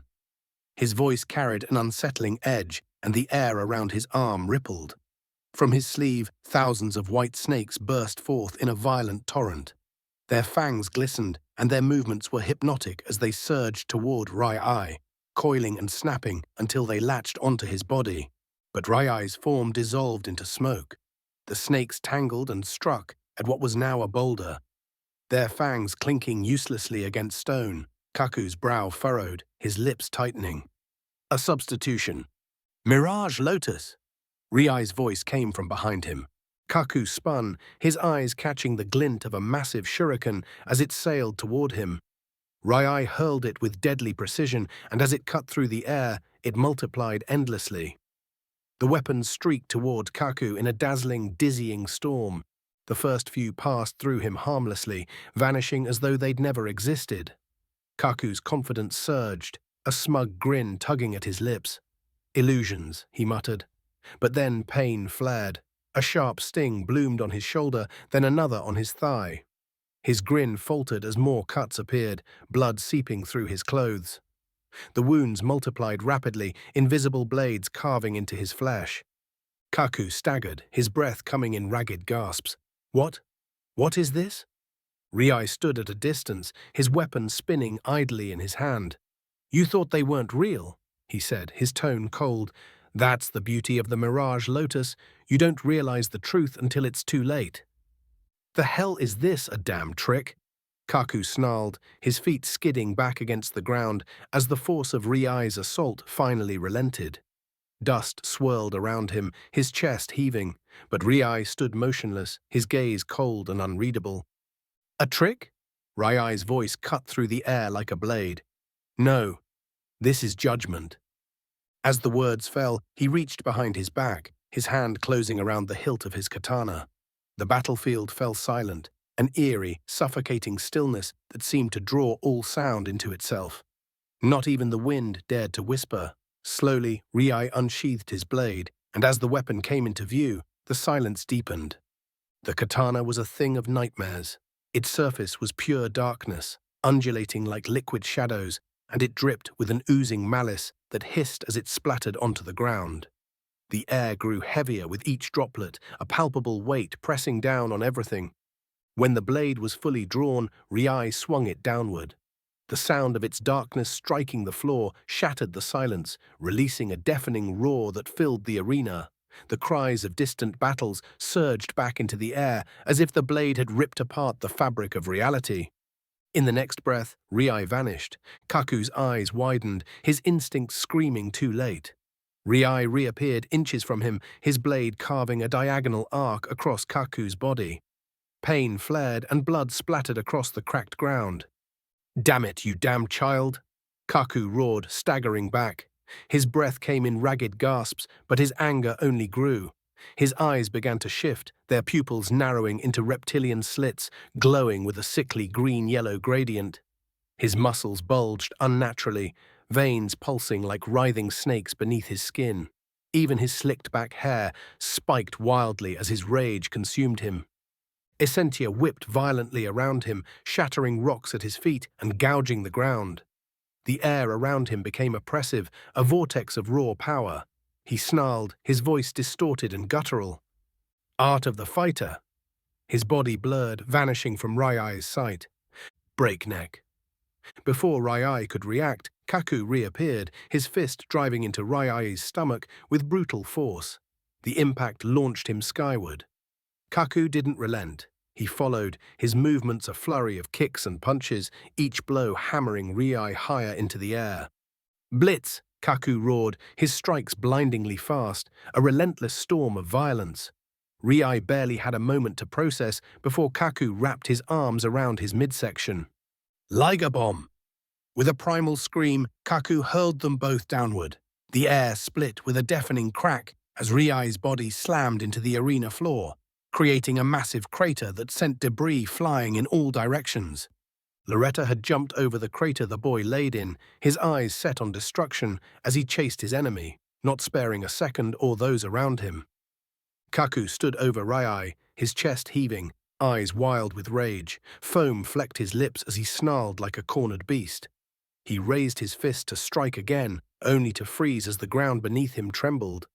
A blade of pure dark essentia erupted from the earth, its edge stopping mere inches from his throat. Kaku ducked instinctively, rolling to the side as Riai advanced. His movements were deliberate, graceful, each step humming with power. Riai's blade of eternal darkness thrummed ominously, a sound that resonated in the bones. Shadows dripped from its edge like liquid malice, pooling on the ground and dissolving into nothingness. With each swing, Riai's attacks tore at Kaku's defenses, his strikes precise and relentless, carving shallow cuts that began to bleed. Then the word appeared. It hovered in the air before Riai, ink black and dripping with malice. Sight.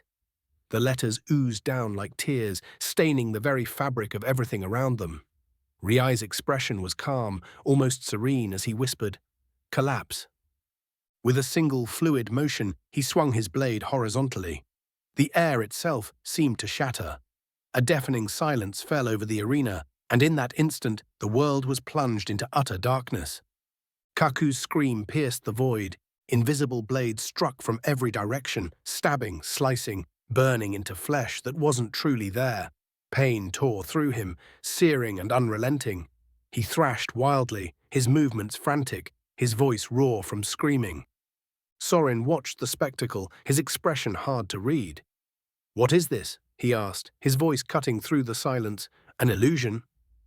"A little more than that," Riai replied coolly, his blade now eerily still. The darkness receded, melting away like shadows chased by the dawn. As the arena returned to view, all eyes fell on Kaku. He was curled on the ground, his body trembling uncontrollably. Spit dribbled from the corner of his mouth, and his eyes were wide with terror, unblinking. "Stop this!" he croaked, his voice barely above a whisper. In his mind, the assault continued. Thousands of phantom blades plunged into him, over and over, each strike a fresh agony. He clutched at his chest, gasping for air, unable to distinguish illusion from reality. Riai sheathed his blade with a deliberate motion. The illusion shattered like glass, reality snapping back into place. Kaku blinked rapidly, his wide, bloodshot eyes darting across the arena. For a moment, he stayed hunched on all fours, his chest heaving like a bellows. Each inhale and exhale came with a guttural growl, his breath rasping like a machine on the verge of breaking. His nostrils flared, the phantom scent of blood from the illusion still clogging his senses, making him snarl in frustration. Riai stood a few paces away, his shoulders rising and falling heavily. Sweat dripped down his face, soaking the edges of his cowl, but his hand never wavered as it rested on the hilt of his blade. His eyes were locked on Kaku, unflinching despite the fatigue weighing him down. Sorin appeared beside Riai in an instant, his presence grounding. He placed a firm hand on the boy's shoulder, his tone calm but edged with authority. "Kid, it's all right. I can take him from here. You don't have to push yourself so hard." Riai shook his head, wiping the sweat from his brow with a trembling hand. "No." His voice was sharp, resolute. "I can do it. Please, Sorin." Sorin hesitated, searching Riai's determined gaze before exhaling a slow sigh. Without another word, he retreated, his figure a blur as he moved to the edge of the arena to observe. Kaku's head snapped toward Riai, a feral growl rumbling deep in his throat. Without warning, he launched forward on all fours, his claws extended, his movements a blur of savage intent. Riai didn't flinch. As Kaku's claws came within inches of his chest, Riai sidestepped with precision, his blade staying sheathed. With a deft motion, he caught Kaku's outstretched arm and pivoted. Using Kaku's own momentum, Riai twisted low, slamming him into the ground with a resounding crash. A plume of dust exploded from the impact, engulfing them in a choking haze. Inside the cloud of dust, Riai remained steady, his breaths controlled but strained. Kaku, sprawled on the ground, growled in frustration, clawing at the dirt as he prepared to rise again. Kaku's body began to convulse violently, his limbs jerking at unnatural angles. His jaw creaked as it opened wider and wider, a grotesque, unnatural sound that sent a chill through the arena. It was as if something invisible was clawing its way out of him, forcing his body to break under its pressure. The sickening crack of bone and the wet squelch of tearing flesh echoed through the silence. Then, with a final gut-wrenching snap, Kaku's body collapsed inward, crumpling to the ground like an empty skin suit. The arena seemed to hold its breath. Riai froze, his eyes darting around. "What the hell?" he muttered, his hand tightening on the hilt of his folded shuriken. The sight of Kaku's empty, lifeless shell sent a wave of unease crawling up his spine. Before he could piece together what had happened, Sorin's voice thundered across the arena. From behind, Riai spun on instinct, snapping his shuriken into place just in time. The force of an invisible attack slammed into his blade, sending a jarring vibration up his arm. He staggered back, his gaze frantically scanning the air. Then Kaku appeared. His form materialized slowly, as if emerging from another dimension, first a translucent outline, then a ghostly figure, until he was fully visible. His body had changed again, reverting to its lean, sinewy state. His hair was slicked back, his eyes sharp and calculating. The wild, frenzied look from before was gone, replaced by an eerie calm. Riai gritted his teeth, his breath ragged. "Looks like someone's back to their senses. What was it? Some kind of drug?" Kaku chuckled darkly, his voice low and mocking. "You've got bigger problems to worry about, boy." Before Riai could respond, his eyes caught a blur of movement. Too late. Kaku's other arm surged forward like a striking serpent, his clawed hand latching onto Riai's side. With a savage twist, he tore out a small chunk of flesh. The pain was immediate and blinding, a white-hot burst that ripped through Riai's nerves. "Ah!" Riai screamed, his voice raw with agony.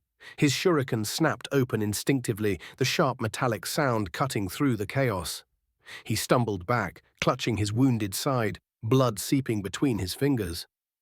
Kaku stood tall, his lips curling into a sinister smile. "What's the matter, Riai? Losing your edge already?" Riai's vision blurred as the pain throbbed in his side, but he forced himself to stay upright, his weapon at the ready. The arena seemed to close in around them, the tension thick and suffocating. Riai's fingers trembled as they pressed against the cold floor. At first, he thought the numbness spreading through his hands was from blood loss, but then he noticed the shift, a sharp crackling sound, like glass fracturing under immense pressure. He looked up, his breath hitching as the arena changed in an instant.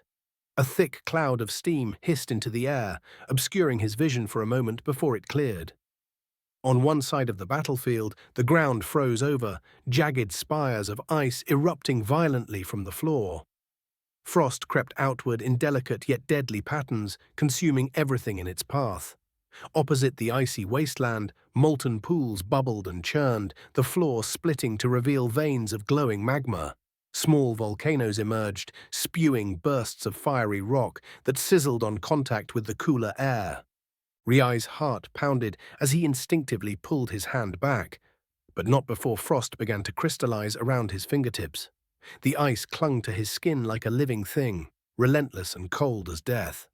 He staggered to his feet, shaking off the encroaching frost, only to feel it nipping at his boots as he stepped away. If he stood still too long, the ice would consume him entirely. The air itself felt alive, a cruel balance of searing heat and biting cold that prickled against his skin. Riai's breaths came in short gasps, each exhale a puff of vapor in the frigid air. He tightened his grip on his weapon, his fingers tingling with both fear and resolve. He hesitated, his hand hovering over the weapon. The whispers had already begun, faint and insidious, clawing at the edges of his mind. "Do it," they murmured, their voices slick and venomous. "Draw us. Let us take the burden." Riai clenched his teeth, sweat dripping down his brow despite the cold. He couldn't afford to lose control, not now. But the ice was spreading faster, its jagged edges snaking up his legs, trying to root him in place. His chest heaved as the magma's heat pressed against his back, the opposing forces threatening to crush him between them. "I have no choice," he muttered, his voice low and strained. With a sharp motion, Riai placed his hand on the hilt of his katana. The whispers surged, growing louder, more insistent, like a storm raging in his mind. He unsheathed the blade in one fluid motion, the sound of steel cutting through the air, accompanied by a haunting wail. The darkness of the weapon seemed alive, dripping malice as it devoured the light around it. The whispers threatened to overtake him, each one a needle piercing his thoughts. But Riai grit his teeth and steeled his will. He would not falter, not until he had won. Kaku steadied himself, his arms posed in front of him, trembling slightly as he whispered under his breath. With a sudden motion, his limbs lashed out like striking serpents, streaking through the air towards Riai at terrifying speed. Riai bolted, weaving between jagged pillars of ice, each strike narrowly missing him and leaving cracks in the frozen structures. Ducking behind one of the larger spires, he leapt into the air, his katana raised high, the blade singing with malice.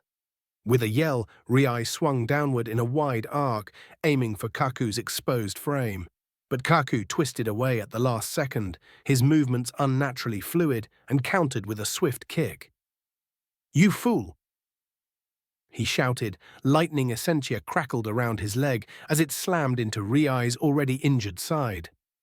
Riai gasped, gritting his teeth as pain lanced through him. He stumbled but refused to falter, forcing himself forward through sheer will. With a desperate yell, "I cannot lose!" he lunged, his blade slicing through the air. The edge caught Kaku's side, leaving a shallow cut. Kaku glanced down at the wound and froze, his breath caught in his throat as his vision warped. In his mind's eye, he saw himself nearly torn in half, his torso hanging by mere strands of flesh. The image sent a shudder of panic through him. Focus! He bit down hard on the inside of his cheek, the sharp pain snapping him back to reality. When his focus returned, Riai was already closing the distance, his face contorted with pain, but determined. "Damn it, Riai-han!" "Lesser lightning cloak," Kaku roared, his body surging with sparks of electricity. The lightning crackled violently, wreathing him in a protective veil as he threw his arms up to block. Riai's katana descended with unrelenting force. The blade clashed against Kaku's electrified defense, halting for a moment as it met bone. The essentia around Kaku flared wildly, but Riai roared, every muscle in his body straining as he pushed the weapon down with sheer determination. The katana tore through Kaku's body, cleaving him in half. For a moment, silence hung in the air as the two halves of Kaku's form separated, then erupted into flickering flames. His body disintegrated into embers. Kaku has been eliminated. Riai staggered back, his vision swimming as he clutched his wounded side. He fell to his knees, his katana slipping from his grasp and clattering to the floor. "I did it, Sorin," he whispered as a familiar blue flame engulfed him, its warmth washing over him as the pain in his body began to fade. He slumped forward, his vision fading as he, too, was transported from the battlefield. The announcer's voice echoed across the arena, booming with authority. "Both combatants, Riai-han Yami and Kaku Ru, have been eliminated." The crowd erupted into murmurs and applause, awed by the intensity of one of the many fights happening. Meanwhile, in the infirmary, the two fighters lay dreamless sleep.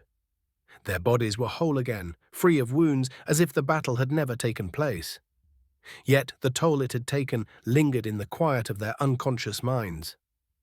Sorin, watching from atop of a pillar of ice, wiped a bead of sweat from his brow and let out a breath he didn't realize he was holding. A small smile played on his lips as he murmured to himself, "Now that was a fight to be proud of, boy." Chapter 20. Pride Belongs to Ra. As the bell rang, Loretta radiated fury, the air around him shimmering like heat waves from a raging fire. He held his sword to his chest, inhaling deeply as wisps of flame danced from the hilt. With deliberate grace, he unsheathed his blade of pure fire, Sol. The weapon, forged entirely from essentia, burned with a heat that seemed to distort reality, its edges sharper than steel. The scabbard crumbled into ash as his grip tightened. His eyes swept the battlefield, first locking onto Kaku, already locked in combat, before landing on Null. She was some distance away, positioning herself to aid Kaku, but Loretta saw an opening, a chance to reclaim his pride through revenge. Without hesitation, he surged forward, moving with a speed that left scorch marks in his wake. Waves of flame erupted from his blade as he slashed, each one arcing toward Null like a fiery serpent. She reacted instinctively. "Heh!" she exclaimed, loosing arrows in quick succession to intercept the incoming fire. but each arrow disintegrated before reaching its target, consumed by the inferno. "What the hell?" she muttered. Panic flickered in her eyes as she ducked to evade a wave of fire. Before she could recover, Loretta closed the gap, his boot connecting with her skull in a brutal kick that sent her sprawling across the arena. Her body tumbled like a rag doll, skidding to a halt only for Loretta to reappear behind her in a flash. "Heaven," he whispered, his voice cold against the roar of flames. His blade ascended in a fiery arc, cutting clean through her as a red-hot line seared across her body. The force of the strike launched her into the air. As she plummeted, Loretta muttered again, "And earth!" An upward slash carved through the air, flames trailing like molten ribbons. Slash. His final word echoed with resolve as his blade struck true, engulfing Nal in a burst of searing fire. Her scream pierced the arena, a sound of agony that barely registered to Loretta as he extended his palm. Without hesitation, he unleashed a barrage of fireballs, each one erupting in a cacophony of destruction. Some streaked wildly across the battlefield, others honed in on her falling form, leaving trails of smoke and fire in their wake. In an instant, the arena around them shifted, the floor around them cracking and shifting as pillars of rock shot out of the ground, and heat enough to make you see mirages. Though the fighters paid it no mind. As the flames dissipated, Nal clutched her chest, her breathing ragged. Her charred clothing clung to her, and ash smudged her trembling hands. She poured her remaining energy into her bow, the weapon growing larger and more jagged with every surge, each pulse of Essentia. With a determined leap, she took to the air, firing a volley of oversized arrows, each one tearing through the air like a meteor. Loretta moved with precision, slicing through them in rapid succession, his blade leaving fiery streaks in its wake. When the last arrow reached him, he caught it mid-flight, his hand engulfing it in flames before hurling it back like a spear with unnerving force. Nal gasped and propelled herself off the air with Essentia-coated feet, narrowly dodging the returning projectile. "How the hell are you doing that?" she shouted, desperation thick in her voice. Loretta didn't answer. His gaze locked onto her, unblinking, his silence louder than any words. Nal landed softly, retreating step by step, her mind racing. One mistake, one wrong move, and it's over. Her thoughts spiraled. He wasn't like this during the beast hunt. What the hell happened to him? You can't grow this much in such a short amount of time. Only a monster could do that. That is exactly what he is. Loretta moved forward with the steady inevitability of death itself. Each step felt deliberate, each closer than the last. Raising his blade to the heavens, he exhaled deeply, his voice like a low growl. "I call on thee, enter my hands and erase those before me." Excalibur! The Essentia composing the sword erupted like an untamed wildfire, crackling and surging with power. Flames licked at the air, carried by invisible winds, while Loretta's hair whipped around as if alive. The jagged edges of his blade melted into a sleek, blindingly bright longsword that seemed to burn with the intensity of a star. Panic surged through Nal. She turned and bolted, her feet covered in Essentia as she propelled herself across the arena. The air blurred around her with speed, but it didn't matter. Loretta's pursuit was relentless. He closed the gap with terrifying ease. Rai crashed to the ground in front of Loretta, his battered form sprawled across the arena floor. Loretta didn't even glance at him. His focus remained unshaken, his footsteps echoing toward Nal. Her bow flickered and warped in her hands, unstable and incomplete as her fear disrupted her focus. She couldn't concentrate, couldn't form a solid weapon. Panic had taken over. Before she could think of an escape, Loretta was upon her. His hand shot forward, grabbing the back of her head. With a deafening thud, he slammed her into the ground, the impact sending cracks spidering across the arena floor. Nal's mind reeled as she felt the cold, sharp edge of his blade press against the back of her neck. She froze, her breath hitching as terror gripped her. "Why did you do it?" Loretta's voice was cold, commanding, a demand, not a question. Her thoughts scrambled, searching desperately for a way out. Words tumbled from her mouth, shaky and broken. He paid me," she stammered. Loretta's eyes narrowed. He knew exactly who she meant. Kaku Ru. The name rang bitterly in his mind. He never trusted that serpent from the moment he saw his face.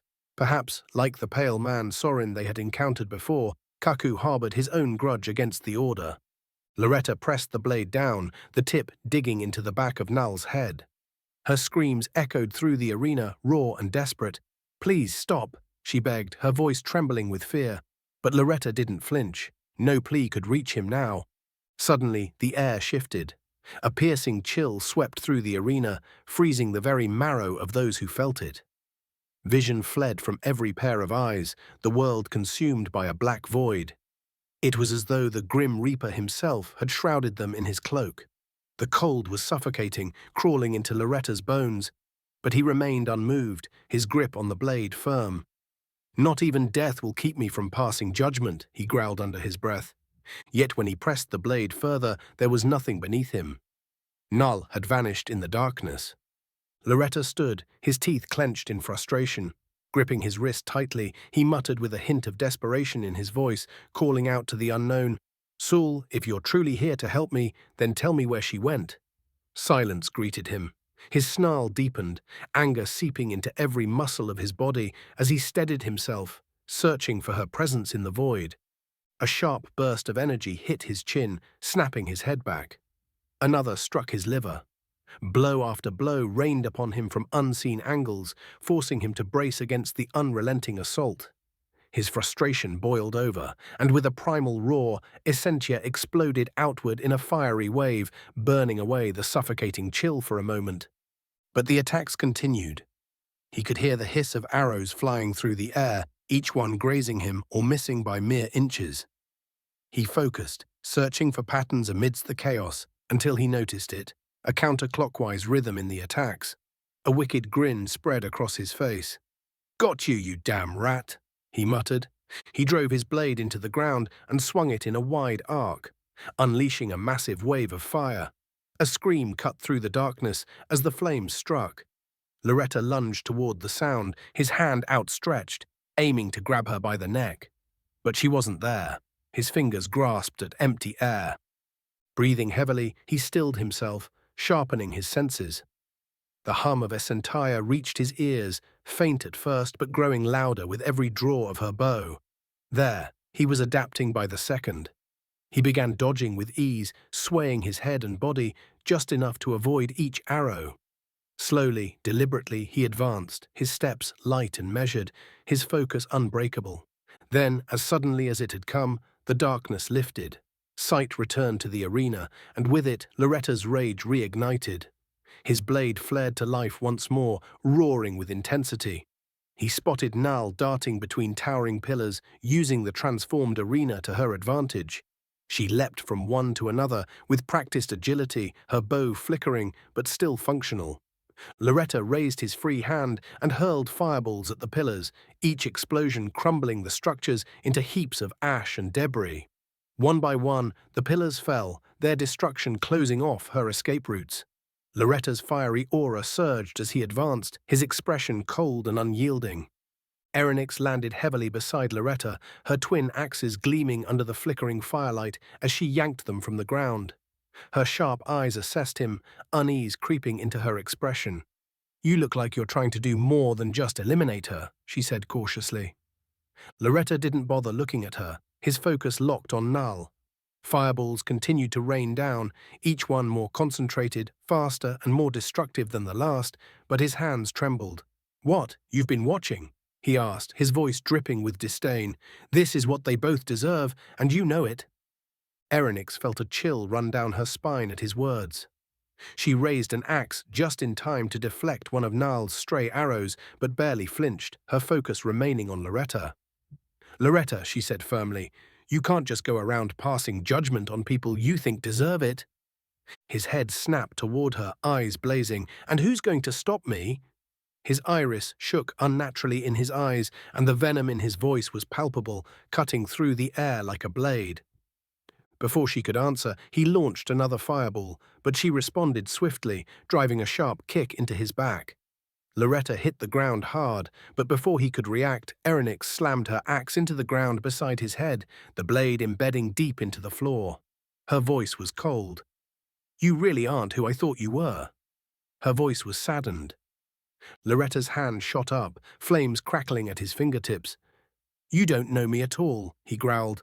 A burst of fire erupted toward her, but Erenyx stood her ground, her axes encased in thick rock that absorbed the flames with ease. "Grow up," she snapped, her voice tinged with disappointment.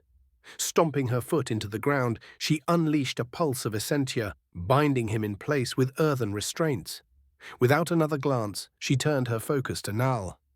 "Don't leave me here, damn it!" Loretta screamed. But his fire was only absorbed by the earth bindings trapping him. Erenyx charged, zigzagging through the arena to dodge incoming arrows. As Nal fired another shot, Erenyx leapt into the air, slamming her axes down with incredible force. The attack missed its mark, but she quickly followed through, planting her axes into the ground to stabilize herself. Using the momentum, she spun her body and swept Nal off her feet, sending her sprawling onto her back. Nal's hand instinctively fired a volley of arrows straight into the sky as she hit the ground, her breath coming in short, panicked gasps, with a slick smile on her face. Erenyx's fist began to glow as she raised it with an azure aura that deepened into a vibrant pink. "Butterfly jab!" she roared, launching a blindingly fast punch toward Nal's head. The strike barely nicked her cheek, leaving a shallow cut that dripped blood. Erenyx's eyes widened as she glanced up, realizing the purpose of the arrows Nal had fired. The projectiles rained down around them like a deadly storm.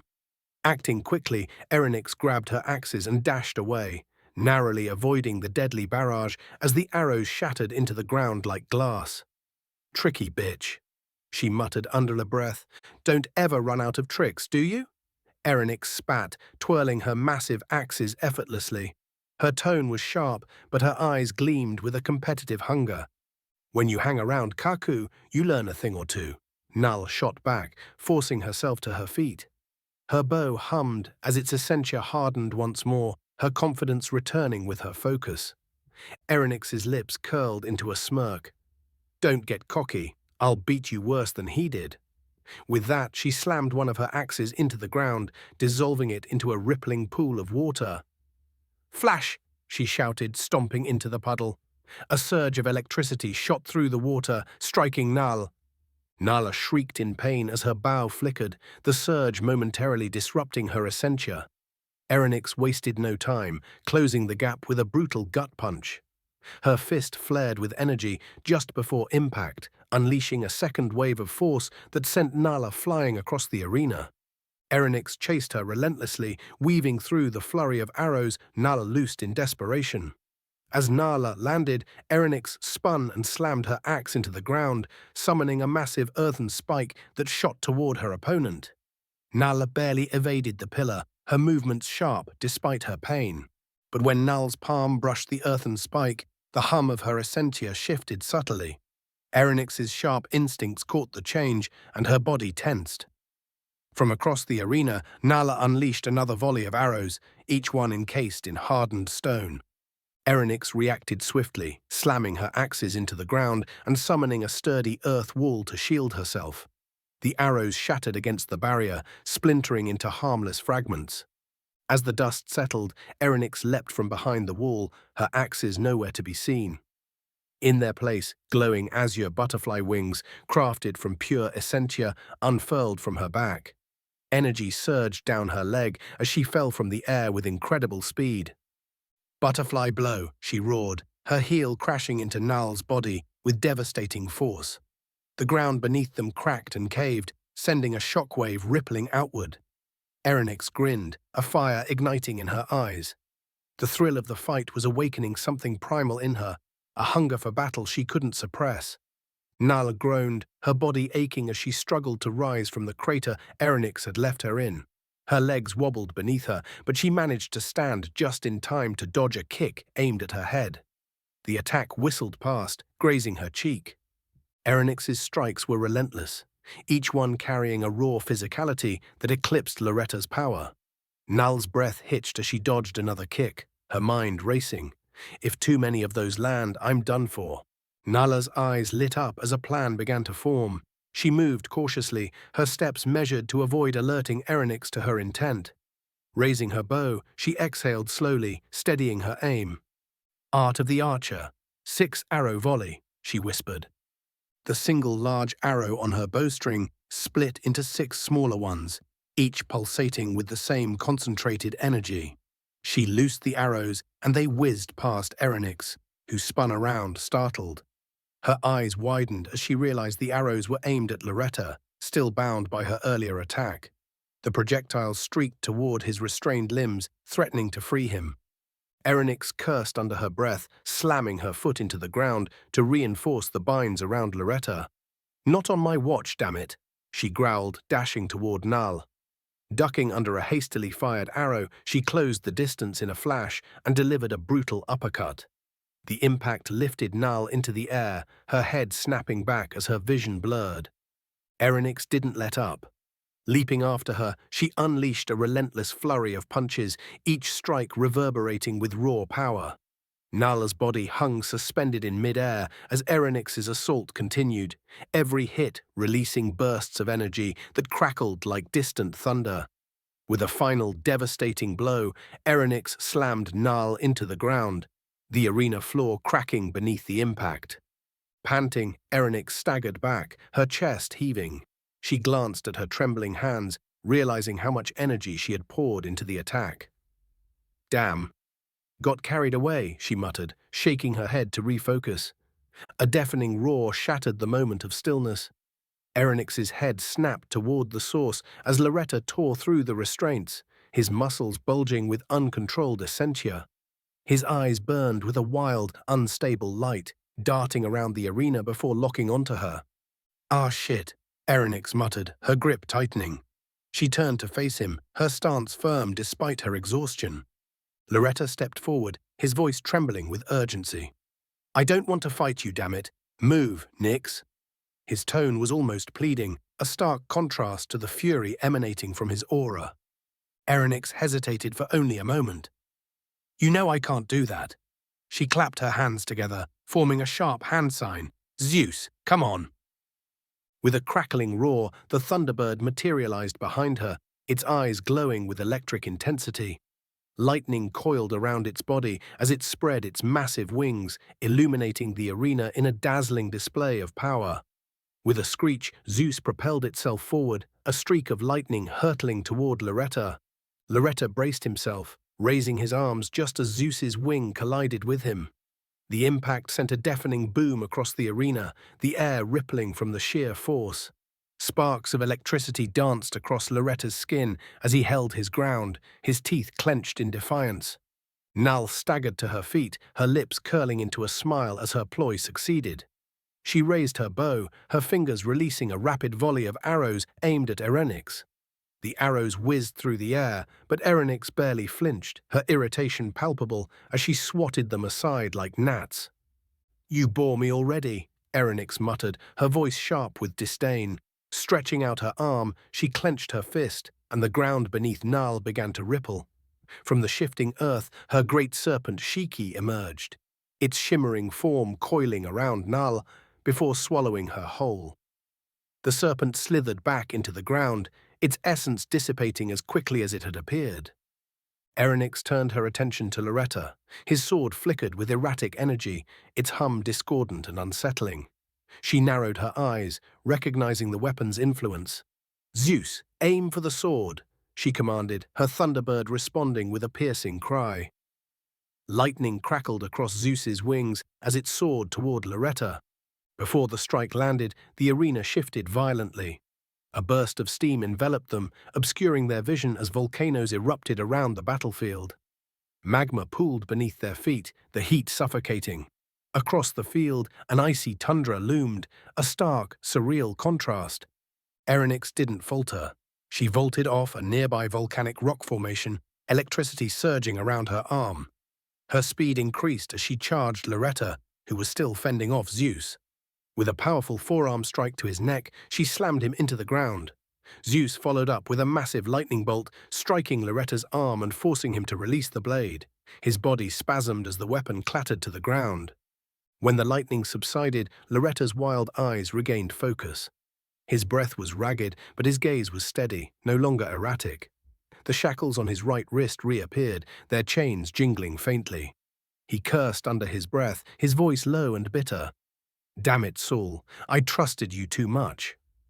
Erenyx tilted her head, her curiosity piqued. "Talking to yourself now?" He shook his head and began to stand. "Nah, I'll explain later." Before he could say more, a familiar force tugged at his body. Loretta's eyes widened in alarm. "Damn it!" he yelled moments before he was yanked across the arena. A heavy fist collided with his face, a brutal downward right hook from Sorin. The impact sent Loretta crashing into the ground, the earth beneath him splintering from the blow. Sorin loomed over him, his expression cold and unyielding. "You didn't think I was done with you, did you, Ra?" Arinex closed the distance quickly, her body glowing with essentia. She leaped into the air, her leg descending in a powerful downward kick aimed at Sorin. Without flinching, Sorin raised an arm to block. The collision echoed through the arena, the force pushing Sorin further into the arena floor, but he wasn't fazed. His gaze shifted to Erenyx's eyes, his voice flat. "You don't interest me yet." With a flick of his arm, he sent her flying into the air. "Osu," he muttered, turning his attention back to Loretta. "You wield Sol's shackles, a legendary artifact, yet you succumb to her temptations so easily."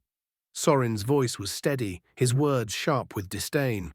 "I could see you weren't worthy from the day I laid eyes on you, on the day you slaughtered my family." In the heart of the stadium, amidst the chaos of battles raging on its edges, stood Agheel. His posture was relaxed, his ever-present smile as sharp as a blade. Beside him, a towering giant loomed, his shadow stretching across the cracked ground. Perched on the giant's shoulder was a child, his unnervingly playful demeanor accentuated by a mask that caught the sunlight, reflecting an unnatural glint. Agheel's gaze remained fixed on the pair. "So," he began, his tone almost jovial, "for what purpose did you come this far?" The child swung his legs lazily, his voice light and teasing. "Well, you'll find out soon enough." His feet tapped against the giant's shoulder, the sound echoing faintly in the still air. Yet his carefree tone only served to deepen the unease in the space around him. Agheel's smile didn't waver. "I don't have time to play these games, world." His voice dropped slightly, tinged with a rare seriousness, as his eyes locked onto the child. The world, or TW as he was often called, ceased his swinging. His aura shifted, the playful air around him dissolving like smoke. A deep, unsettling voice emerged from beneath the mask. "And yet, you have no choice but to watch our requiem commence."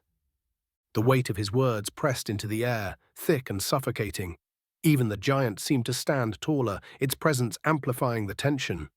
TW's voice carried an unnatural resonance, deep enough to send chills through anyone who heard it.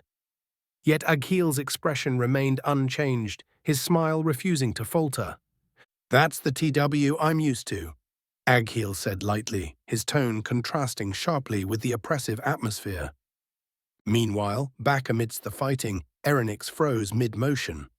A shift in the air sent a shiver down her spine. Her gaze darted toward the center of the stadium, her senses attuned to the sudden emergence of a powerful Essentia signature. This one was unlike any she had felt before. It was melodic, almost hypnotic, as if the energy itself sang a haunting song. "It isn't coming from them, then who the hell is that energy?" she muttered as she looked around frantically, a chill colder than no other darting